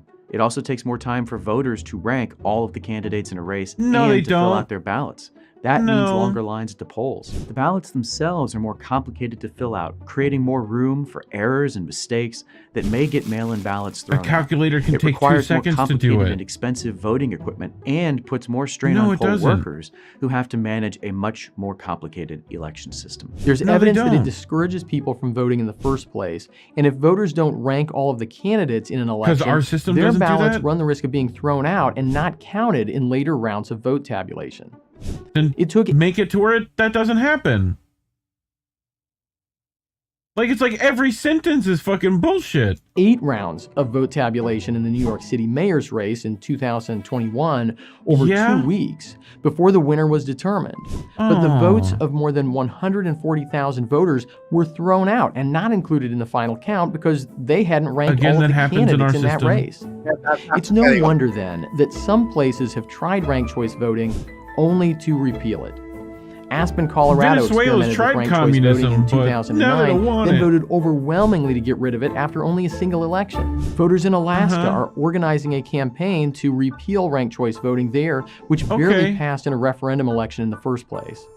And in Utah, where state lawmakers have allowed cities to experiment with ranked choice voting, many are expressing serious concerns that ranked choice voting is a bad process that doesn't deliver on its promises and implements a confusing, chaotic voting system. Voters want elections to be easier, more secure, and more transparent. Ranked choice voting makes voting And less harder corrupt. and is the wrong choice for our elections. Ranked choice voting is a solution in search of a problem.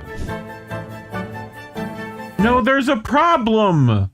Clearly there's a problem. When 90%, when 100% of the candidates in office are unwilling to do the work of the people, which I'm not just talking on my ass, there's statistics that you only care about 1% of the public's like wants and needs, and we know which 1% that is. Something's wrong, which is why you don't want this, because it might fix that problem. So it's nothing to see here. Right. There's more that I'm going to say to that. So keep a look. So hold your complaints. Okay. In your head. Until There's we've a all method figured out it's there's a bullshit. reason why I did this. Because now I can get to the article. So yeah. So as I said, this is a local story for me. So this is in DC. All right. So Martin Austin Myla, I guess that's how you say your name. Sorry, Martin. From DCist, he reports DC Democrat Party sues to keep ranked choice voting and open primaries off the ballot. Not Democrats, not Republicans. Democrats are doing this. Democrats? Are you sure? They wouldn't do anything like that. Right. Well, we'll get into it. Okay. They are planning to. Would they use the same Heritage Foundation talking points to talk about why they don't? I mean, that seems so unlikely. Okay. The DC Democratic Party has filed a lawsuit aiming to keep a ranked choice voting and open primaries from getting onto the city's ballot for next year, saying that both changes to how DC runs its elections would run afoul of the city's charter and the U.S. Constitution. In a 33-page lawsuit filed in DC Superior Court, attorneys for the party's leadership say the DC Board of Elections improperly gave the green light to proposed ballot initiative that, if approved by voters, would call on the DC Council to adopt ranked choice voting and open primaries by 2026. The party is asking a DC judge to nullify the board's ruling, which would effectively kill the ballot initiative. So basically, ranked choice voting and open primaries will be a ballot initiative here. Measure, at least. So that's potentially what we would vote on next year if it happens. Okay. Under ranked choice voting, voters can rank multiple candidates in any given race in order of their preference. If no one candidate wins an outright majority, the worst performing contender is dropped and votes are we know. And under open primaries, the city's 85,000 independent voters would be allowed to participate in a partisan primary of their choice. Currently, they're only allowed to vote in general elections. Sounds good, right? Sure.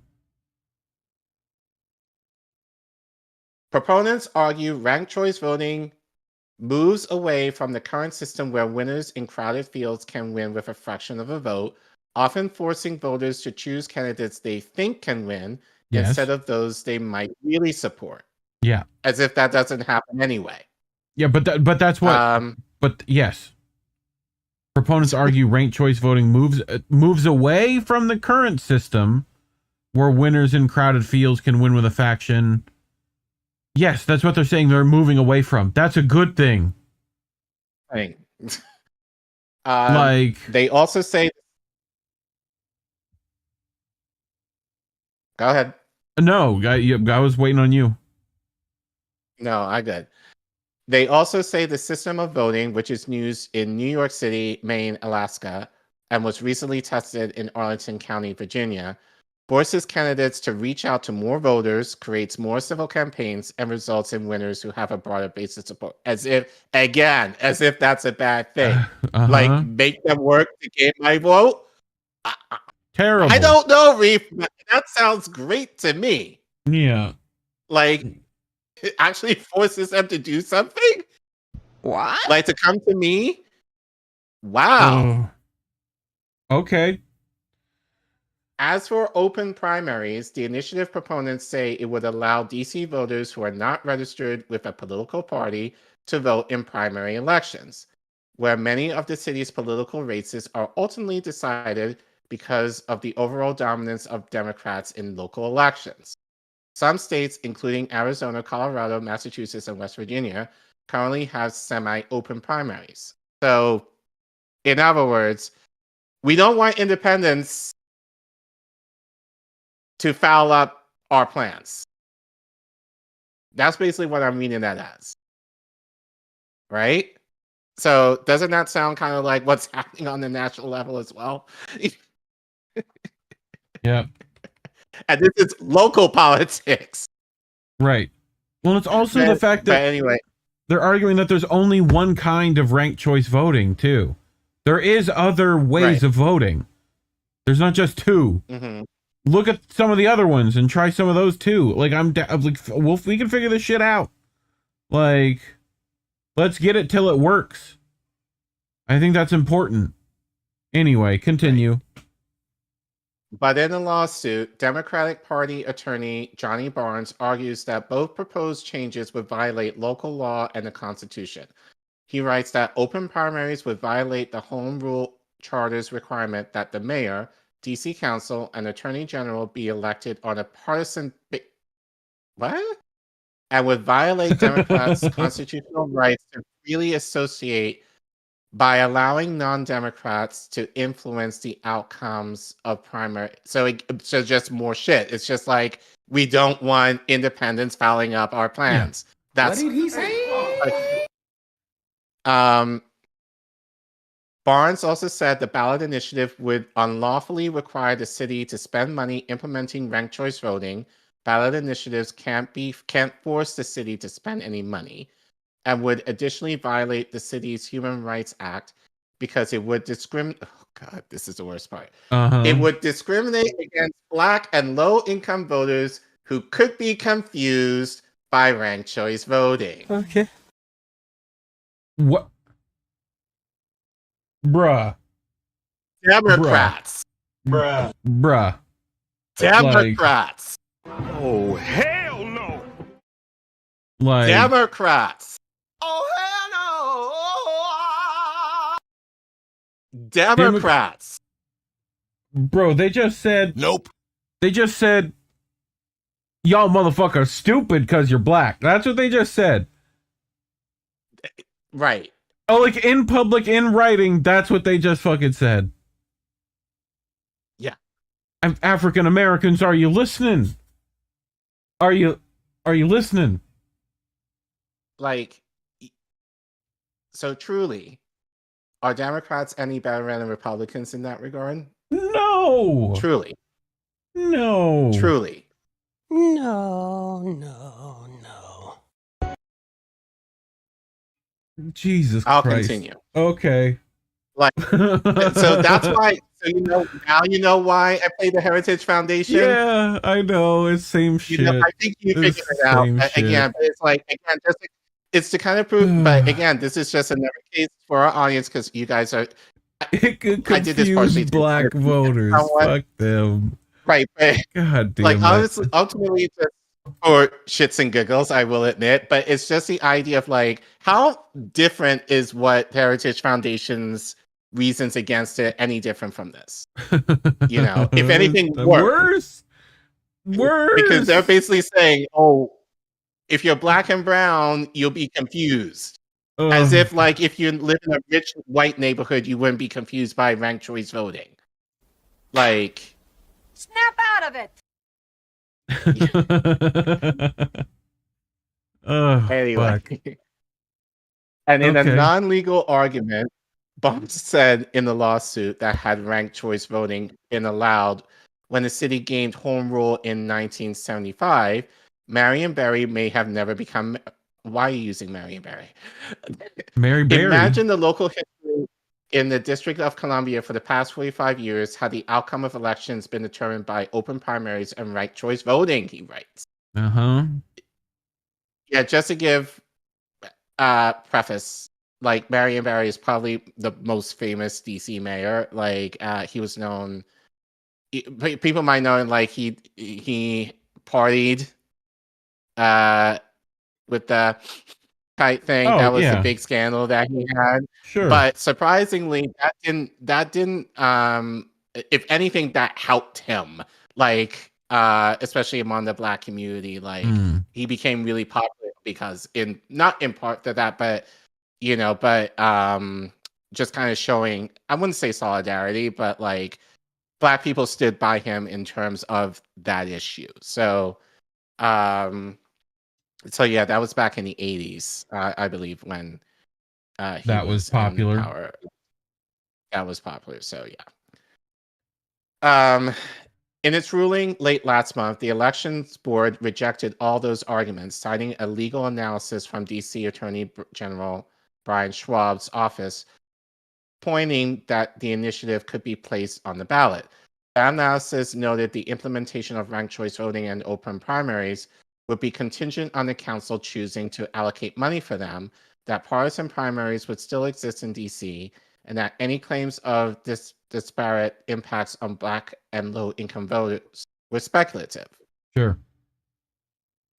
Yeah, so basically bullshit. Yeah. What they were saying, your arguments are they were way nice about it, too.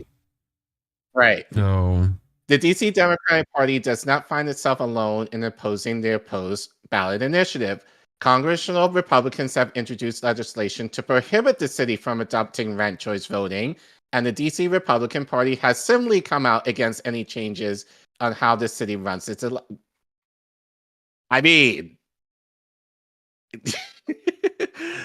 we know this, you guys know this, but it's just, and again, this kind of, and I have more to say on this, but like, when Democrats and Republicans are threatened by power, they will come together,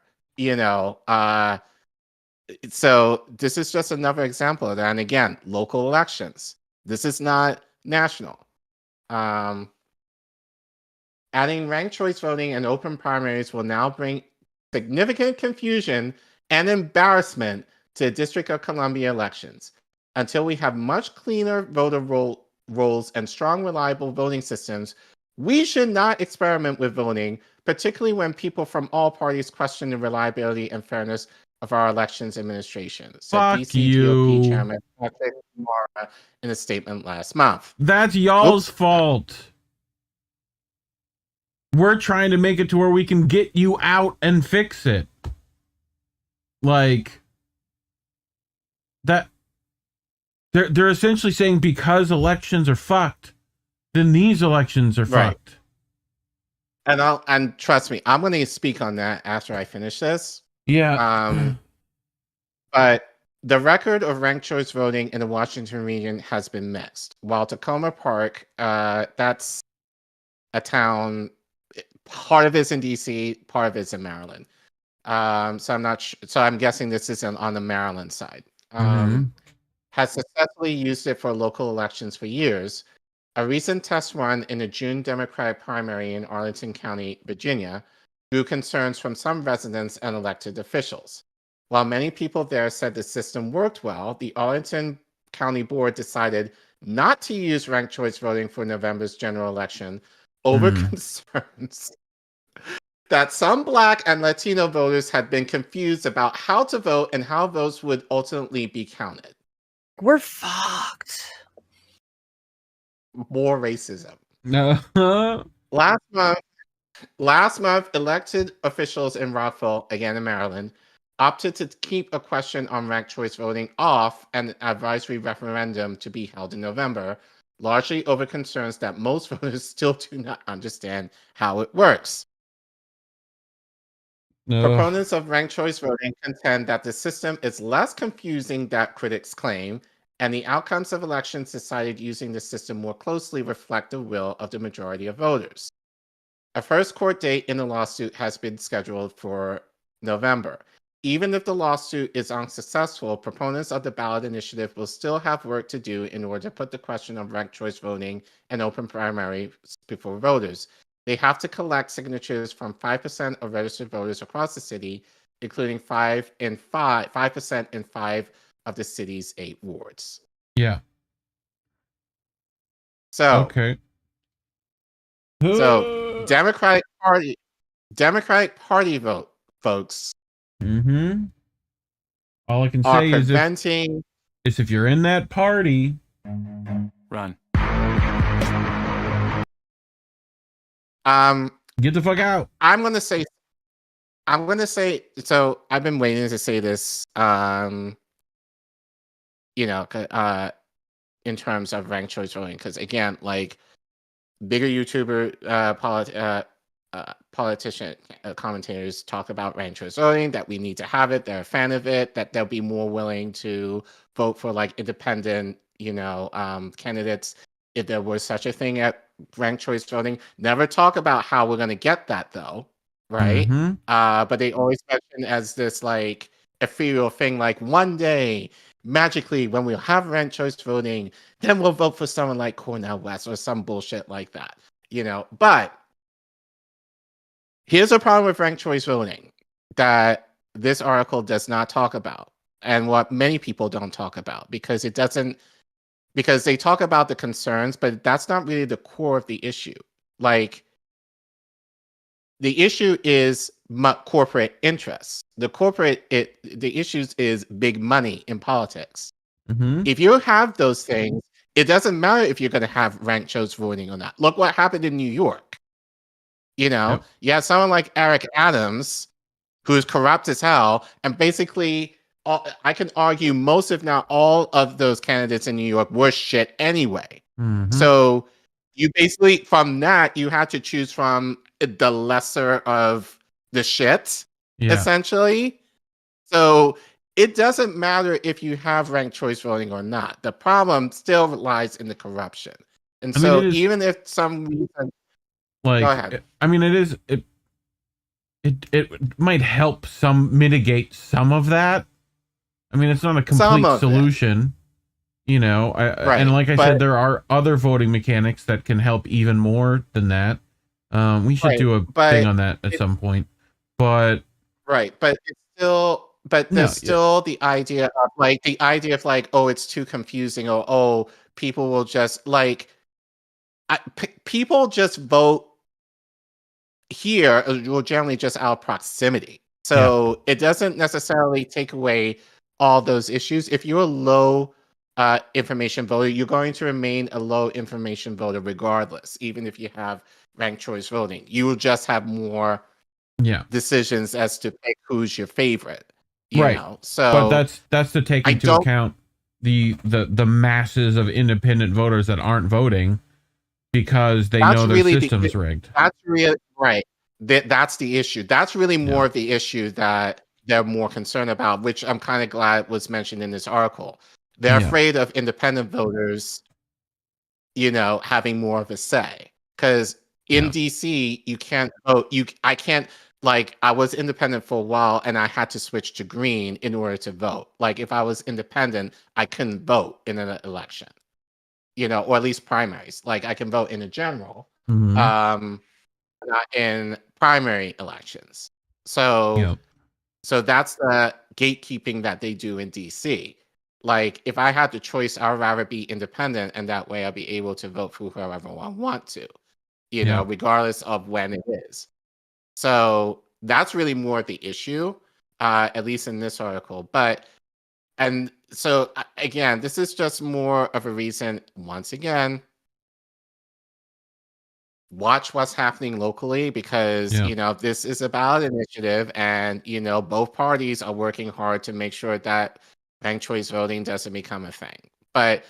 And I know Nick, shout out to him. I know he's talked about ranked choicing before, and he's kind of mentioned his concerns about ranked choice voting. And honestly, now I have those same concerns.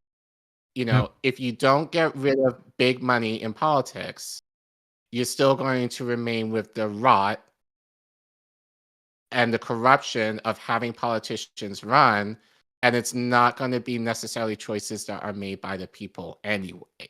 Yeah. So that needs to be tackled first. And you need to be doing both at the same time, really. But which, God forbid, they talk about moneyed interests, which Heritage Foundation is not going to talk about, which Democrats and GOP in DC are going to talk about. Like, no, they want to keep that shit.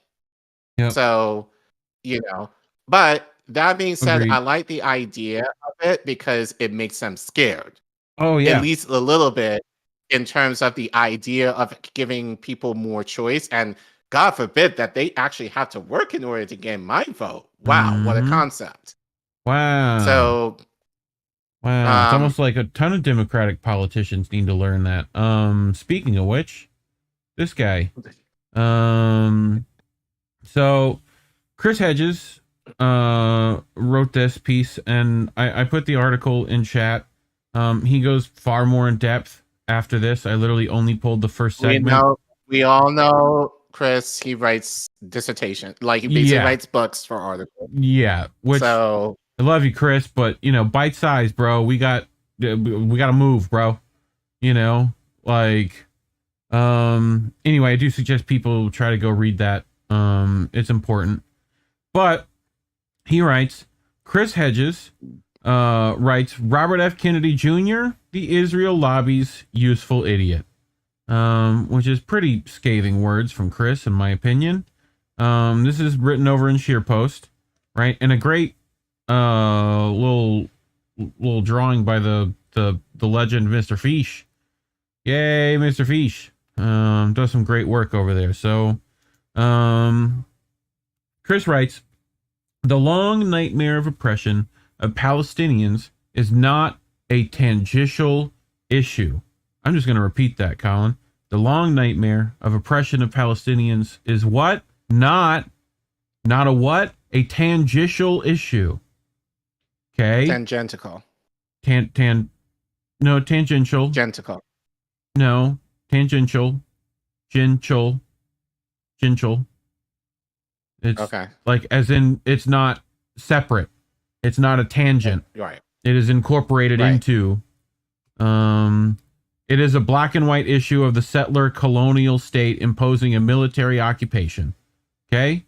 Horrific violence and apartheid, backed by billions of US dollars on the indigenous population of Palestine. It is the all-powerful against the all-powerless. Agreed? Shout out to Miko Peled, who basically said the same shit. And I saw some of you are watching that. Please go back to the interview. It's posted. Putting it in chat now. We premiered it yesterday. Go back, watch it. Do yourself a favor. That we did that for y'all. Okay. So when you have your friends who talk their Zionist mess, you can able to counter with that. You also Mika has a couple of books that he wrote specifically on that. Go read his books. Also we linked his website. Yep, I'm linking we'll link the stream in the chat. Just click that out. Open it in a new tab. Watch it after this. Short. You should be able to do that. So, Chris continues. Israel uses its modern weaponry against a captive population that has no army, no navy, no air force, no mechanized military units, no command and control, and no heavy artillery, while pretending imminent acts of wholesale slaughter are wars. The crude rockets fired at Israel by Hamas and other Palestinian resistant organizations, a war crime because they target civilians, are not remotely comparable to the 2,000-pound bunker buster Mark 84 bombs with a kill radius of over 32 yards, and which create a supersonic wave of pressure when they explode that have been dropped by Israel on crowded Palestinian neighborhoods. The thousands of Palestinians killed and wounded, and the targeted destruction of basic infrastructure, including electrical grids and water purification plants. Palestinians in Gaza live in an open-air prison that is one of the most densely populated spots on the planet. They are denied passports and travel documents. Malnutrition is endemic in the occupied territories. High proportions of the Palestinian populations are deficient in vitamins A, D, and E, which play key roles in vision, bone health, and immune function, according to a 2022 World Bank report. The report also notes that over 50% of those aged 6 to 23 in Gaza and over half of its pregnant women are anemic, and more than a quarter of pregnant women and more than a quarter of children ages 6 to 23 months in the West Bank are anemic. 88% of Gaza's children suffer from depression following 15 years of the Israeli blockade, according to a 2022 report from Save the Children, and over 51% of children were diagnosed with PTSD following the third major war on Gaza in 2014. Only 4.3% of the water in Gaza is considered fit for human consumption. Only 4. Guess which 4% that probably is, Care Bear. Palestinians in Gaza are crammed into unsanitary and overcrowded hovels. They often lack basic medical care. Unemployment rates are among the highest in the world at 46.6%. Zionism's goal since before Israel's inception has been to displace Palestinians from their land and reduce those who remain to a struggle for basic subsistence, as Israeli historian Professor Ilan Pappé notes. 10 March 1948, a group of 11 men, veteran Zionist leaders, together with young military Jewish officers, put the final touches on a plan for the ethnic cleansing of Palestine. That same evening, military orders were dispatched to units on the ground to prepare for the systematic expulsion of Palestinians from vast areas of the country. The orders came with a detailed description of the methods to be used to forcibly evict the people, large-scale intimidation, laying siege to, and bombarding villages and population centers, setting fire to homes, properties, and goods, expelling residents, demolishing homes, and finally, planting mines in the rubble to prevent the expelled inhabitants from returning. Each unit was issued its own list of villages and neighborhoods to target in keeping with the master plan, codenamed Plan D. Okay? So, once the plan was finished, it took 6 months to complete the mission. When it was over, more than half of Palestine's native population, over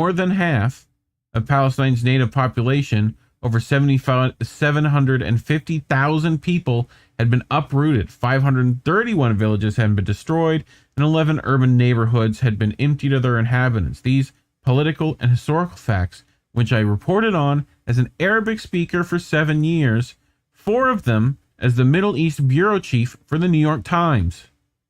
Okay? That's where Chris Hedges got a lot of this from. Right? Right. Are hard to ignore. And keep in mind, a lot of what happened in Israel was supported by the UK government at that time. So keep that in mind. So he watched Israeli soldiers taunt boys in Arabic over the loudspeakers of their armored jeep in the Khan Yunis refugee camp in Gaza. The boys, about 10 years old, then threw stones at an Israeli vehicle. The soldiers opened fire, killing some, wounding others. In the Israeli lexicon, this becomes children caught in crossfire. I was in Gaza when F-16 attack jets dropped 1,000-pound iron fragmentation bombs on densely packed neighborhoods. I saw the corpses of the victims, including children, lined up in neat rows. This became a surgical strike on a bomb-making factory. Watched Israel demolish homes and apartment blocks to create buffer zones between the Palestinians and Israeli troops. I interviewed destitute families camped in the rubble of their homes. The destruction becomes the demolition of the homes of terrorists. I heard Israel claim that errant rockets or mortar fire from the Palestinians caused these and other deaths, or that the attack spots were being used as armed depots or launching sites. I, along with every other reporter I know who has worked in Gaza, have never seen any evidence that Hamas uses civilians as human shields. Ironically, there is evidence of the Israeli military using Palestinians as human shields, which Israel's high court deemed illegal in 2005. Their own court, Collin, deemed that illegal. Yeah. Live feeds the two reactions Israel seeks to elicit: racism among its supporters and terror among its victims. There is a heavy political price to pay for defying Israel, whose overt interference in our political process makes the most tepid protest about Israeli policy a political death wish. The Palestinians are poor, forgotten, and alone. And this is why the defiance of Israel's treatment of the Palestinians is the central issue facing any politician who claims to speak on behalf of the vulnerable and the marginalized. To stand up to Israel has a political cost few, including Robert F. Kennedy Jr., are willing to pay. But if you do stand up, it singles you out as someone who puts principles before expediency, who is willing to fight for the wretched of the earth, and if necessary, sacrifice your political future to retain your integrity. Kennedy fails this crucial test of political and moral courage. That paragraph, go back. Yeah. That paragraph is the key why, for many of us in this space, we cannot support RFK. Yeah. Very much so. If, and I've said this in not so many words, but shout out to Chris for nailing a nail on the head on this. It shows, knowing the struggle that he himself has acknowledged that Palestinians are going through, but you fail to recognize that and cower under the Israel lobby. For what reason? Well, we know the reason. We know the reason. So that doesn't show strength. That shows your fucking weakness. Coward. Yeah. It's the same thing that Maxwell Frost did. Same shit. Right? Didn't he literally? Didn't he use his position to offer solidarity to the Palestinian community in Orlando, only to turn his back against them and be another shill for the Israel lobby in order to gain his position in Congress now?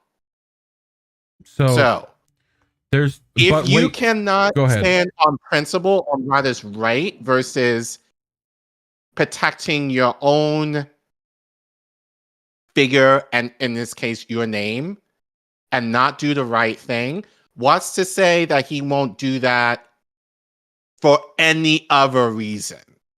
Take your pick. Yeah. So we said this, him, RFK, not basically backing away, being a bitch, and doubling down on his support of Israel shows how much of a coward he is. And that shows to me that he has no moral standing against any issues that are truly important. Stop being a bitch. So anyone who, and there's going to be people in this space who are going to hate me for this, but you know what? I don't fucking give a shit because, whatever. Like, if you still support him, like, you can do what you want, but that's what he represents to me. That's what he represents to Reef. Mm-hmm. He does not deserve to be president. And fuck the bullshit of him like talking about, he talks about important issues. This is an important issue. Yeah, he also only talks about 2, maybe 3. And you're all just ignoring all the other red flags. Right. So this is our issue. Look, we can't tell you we can't tell you to support whoever. We're just saying this, just as an aside for both of us personally, and probably for a lot of folks in our network too. Like, we can't stand by somebody who is blatantly opposed to what is happening in Palestine and not trying to connect it to other issues that are of that magnitude. That it's very easy, like, especially with our system, that with the right amount of money or the right, bribe, that he can turn for any reason. Yep. So, like, Chris, that could be for universal health care. That could be for reparations for Black people. That could be, take your pick. So Chris continues your point. Kennedy instead regurgitates every lie, every racist trope, every distortion of history, and every demeaning comment about the backwardness of the Palestinian people peddled by the most retrograde and far-right elements of Israel society. He peddles the myth of what Pap calls fantasy Israel. This alone discredits him as a progressive candidate. It calls into question his judgment and sincerity. It makes him another Democratic Party hack who dances to the macabre tune the Israeli government plays. Another one. Kennedy has vowed to make the moral case for Israel, which is the equivalent of making the moral case for apartheid South Africa. He repeats almost verbatim talking points for the Israeli propaganda playbook put together by the Republican pollster and political strategist Frank Luntz. The 112-page study, marked not for distribution or publication, which was leaked to Newsweek, was commissioned by the Israeli Project. It was written in the aftermath of Operation Cast Lead in December 2008 and January 2009, where 1,387 Palestinians and 9 Israeli were killed. The strategy document is the blueprint for how Israeli politicians and lobbyists sell Israel. It exposes the wide gap between what Israeli politicians say and what they know to be truth. It is tailored to tell the outside world, especially Americans, what they want to hear, The report is required reading for anyone attempting to deal with the Israeli propaganda machine. The document, for example, suggests telling the outside world that Israel has a right to defensible borders, but advises Israelis to refuse to define what the border should be. It advises Israeli politicians to justify the refusal to Israel to allow 750,000 politicians and their descendants who were expelled from their country during the 1948 war to return home. Although the right of return is guaranteed under international law by referring to the right as a demand. It also recommends arguing that Palestinians are seeking mass migrations to seize land inside Israel, which we know is exactly the opposite. We've seen that literally on video in front of us that's the opposite. It suggests mentioning the hundreds of thousands of Jewish refugees from Iraq, Syria, and Egypt who fled anti-Semitism and violence in the Arab world would after the creation of the Jewish state. The document recommends saying these refugees also left property behind, in essence justifying the Israeli pogrom by the pogrom Arab states carried out after 1948. It recommends blaming the poverty among Palestinians on Arab nations that have not provided a better life for Palestinians. What is most cynical about the report is the tactic of expressing a faux sympathy for the Palestinians who are blamed for their own oppression. Show empathy for both sides, the document reads. The goal of pro-Israel communications is not simply to make people who already love Israel feel good about that decision. The goal is to win new hearts and minds for Israel without losing that support Israel already has. It says that this tactic will disarm audience. Collin, what is that called? Sheep herding. I call it propaganda. Yes, into the Israeli state. And Mako talked about this. Miko talked about exactly this. Yep. It's the idea of, sending teens to Israel, at a young age to kind of formulate their thinking around Israel like this. And he said it, and he can say it. He's Israeli. Like a white privileged perspective of, Israeli good and great, and versus Palestinians are subhuman. I'm going to use what Vosh just said, referring to, a person in the space. But, yeah. So again, yeah. So, yeah. Go ahead. This is where Chris Hedges is giving him far too much credit. I doubt Kennedy has read or heard of Luntz's report, but he has been spoon-fed its talking points and naively spits them back. Is it ignorance or malice, Chris? And you know the answer. Israel only wants peace. Israel does not engage in torture. Israel's not an apartheid state. Israel gives Israeli Arabs political and civic rights they do not have in other parts of the Middle East. Palestinians are not deliberately targeted by the Israeli Defense Forces. Israeli respects civil liberties and gender and marriage rights. Israel has the best judiciary in the world. It's the best. Very good people. Except for Palestine. Uh-huh. Yeah, except them. Kennedy makes other claims, such as his bizarre statement that the Palestinian Authority pays Palestinians to kill Jews anywhere in the world. Don't know where he's getting that. Along with falsifications of elemental Middle Eastern history, which are so absurd, Chris is going to ignore them. I hope you don't. I hope you go back and pull those out too. But I list below examples from the volumes of evidence that implode the Luntz-inspired talking points Kennedy repeats on behalf of the Israel lobby. Not that any evidence can probably puncture his self-serving attachment to fantasy Israel. So, yeah, good stuff. Don't vote for that guy. I'll say it. Don't do that shit. Yeah. You might as well not. I put in Miko's website in the chat. Cool. If you want to learn more about Palestine from an Israeli who has been there, who is challenging that narrative, and this is a call that he's. First of all, what are you doing? Like, after you finish this, it's a 45-minute interview. Go watch that interview. Well, number one. Two, get his book, The General Son. So basically, he talks a lot about these issues in terms of his life. I'm actually planning to get that book as soon as I'm done with this. The General Son, right? Yes, it's homework. Yeah, The General Son. But and yeah, it's just funny because I just know of so many people in the space who are like, and shout out to Max.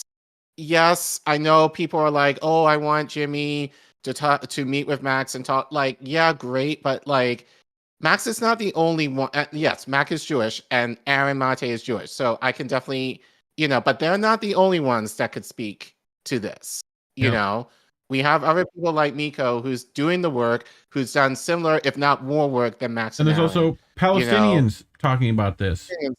Right. And we're there's actually multiple trying to get films more, already with them in it. Go watch those.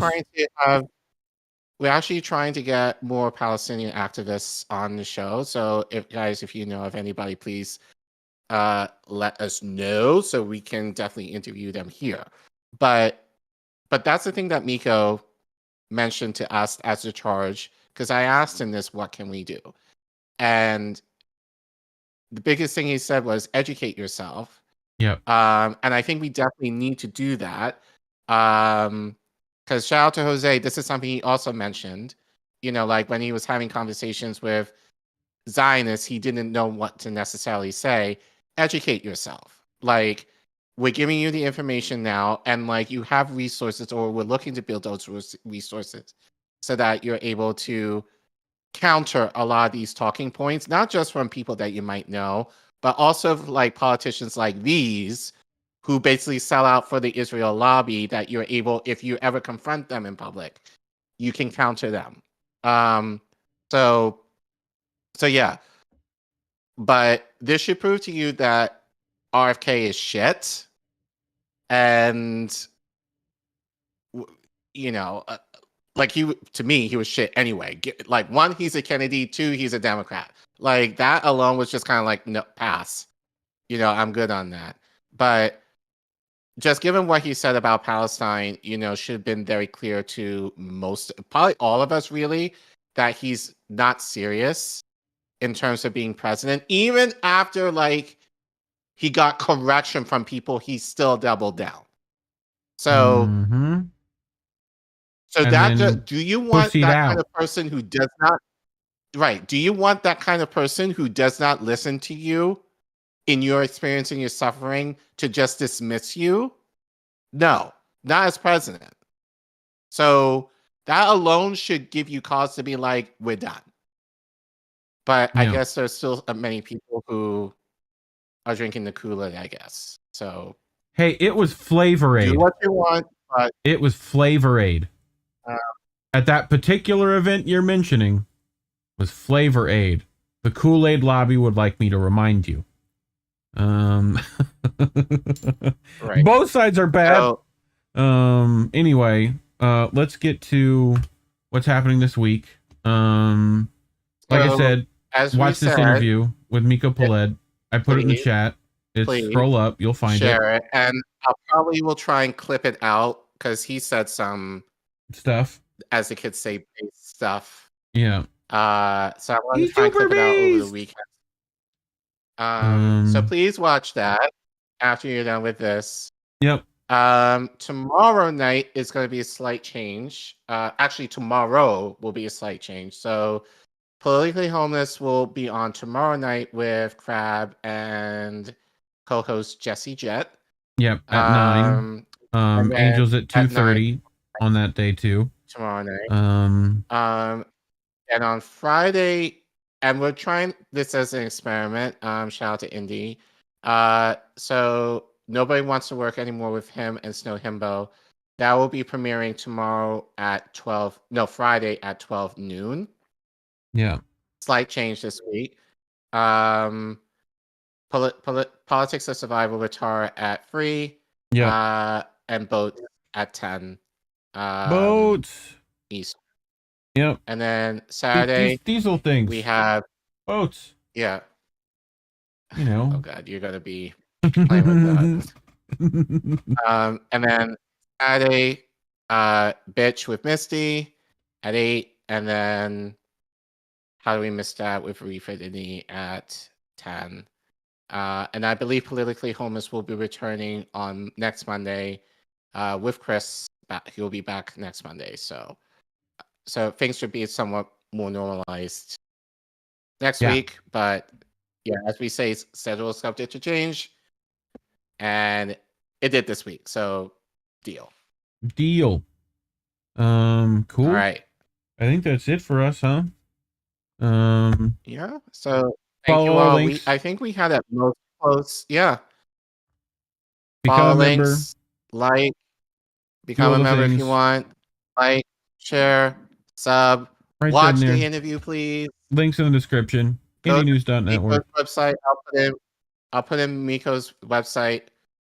Big thanks to our members. Scrolling across that screen, give them a look. See, they're good people. But I think that's it. Yeah. Go buy some merch. We got some stuff. People are adding stuff to that store. Go check that out. It's in the description below too. Christmas Go to IndieNews.network. You can find some stuff. Hanukkah's coming. Yeah, it's a bit pricey, but what are you gonna do? So anyway, remember, kids, labels are bad. Stay independent. Good night, fam. Have a good week, everyone. We want to talk right down to earth in a language that everybody here can easily understand. Bye, have a great time.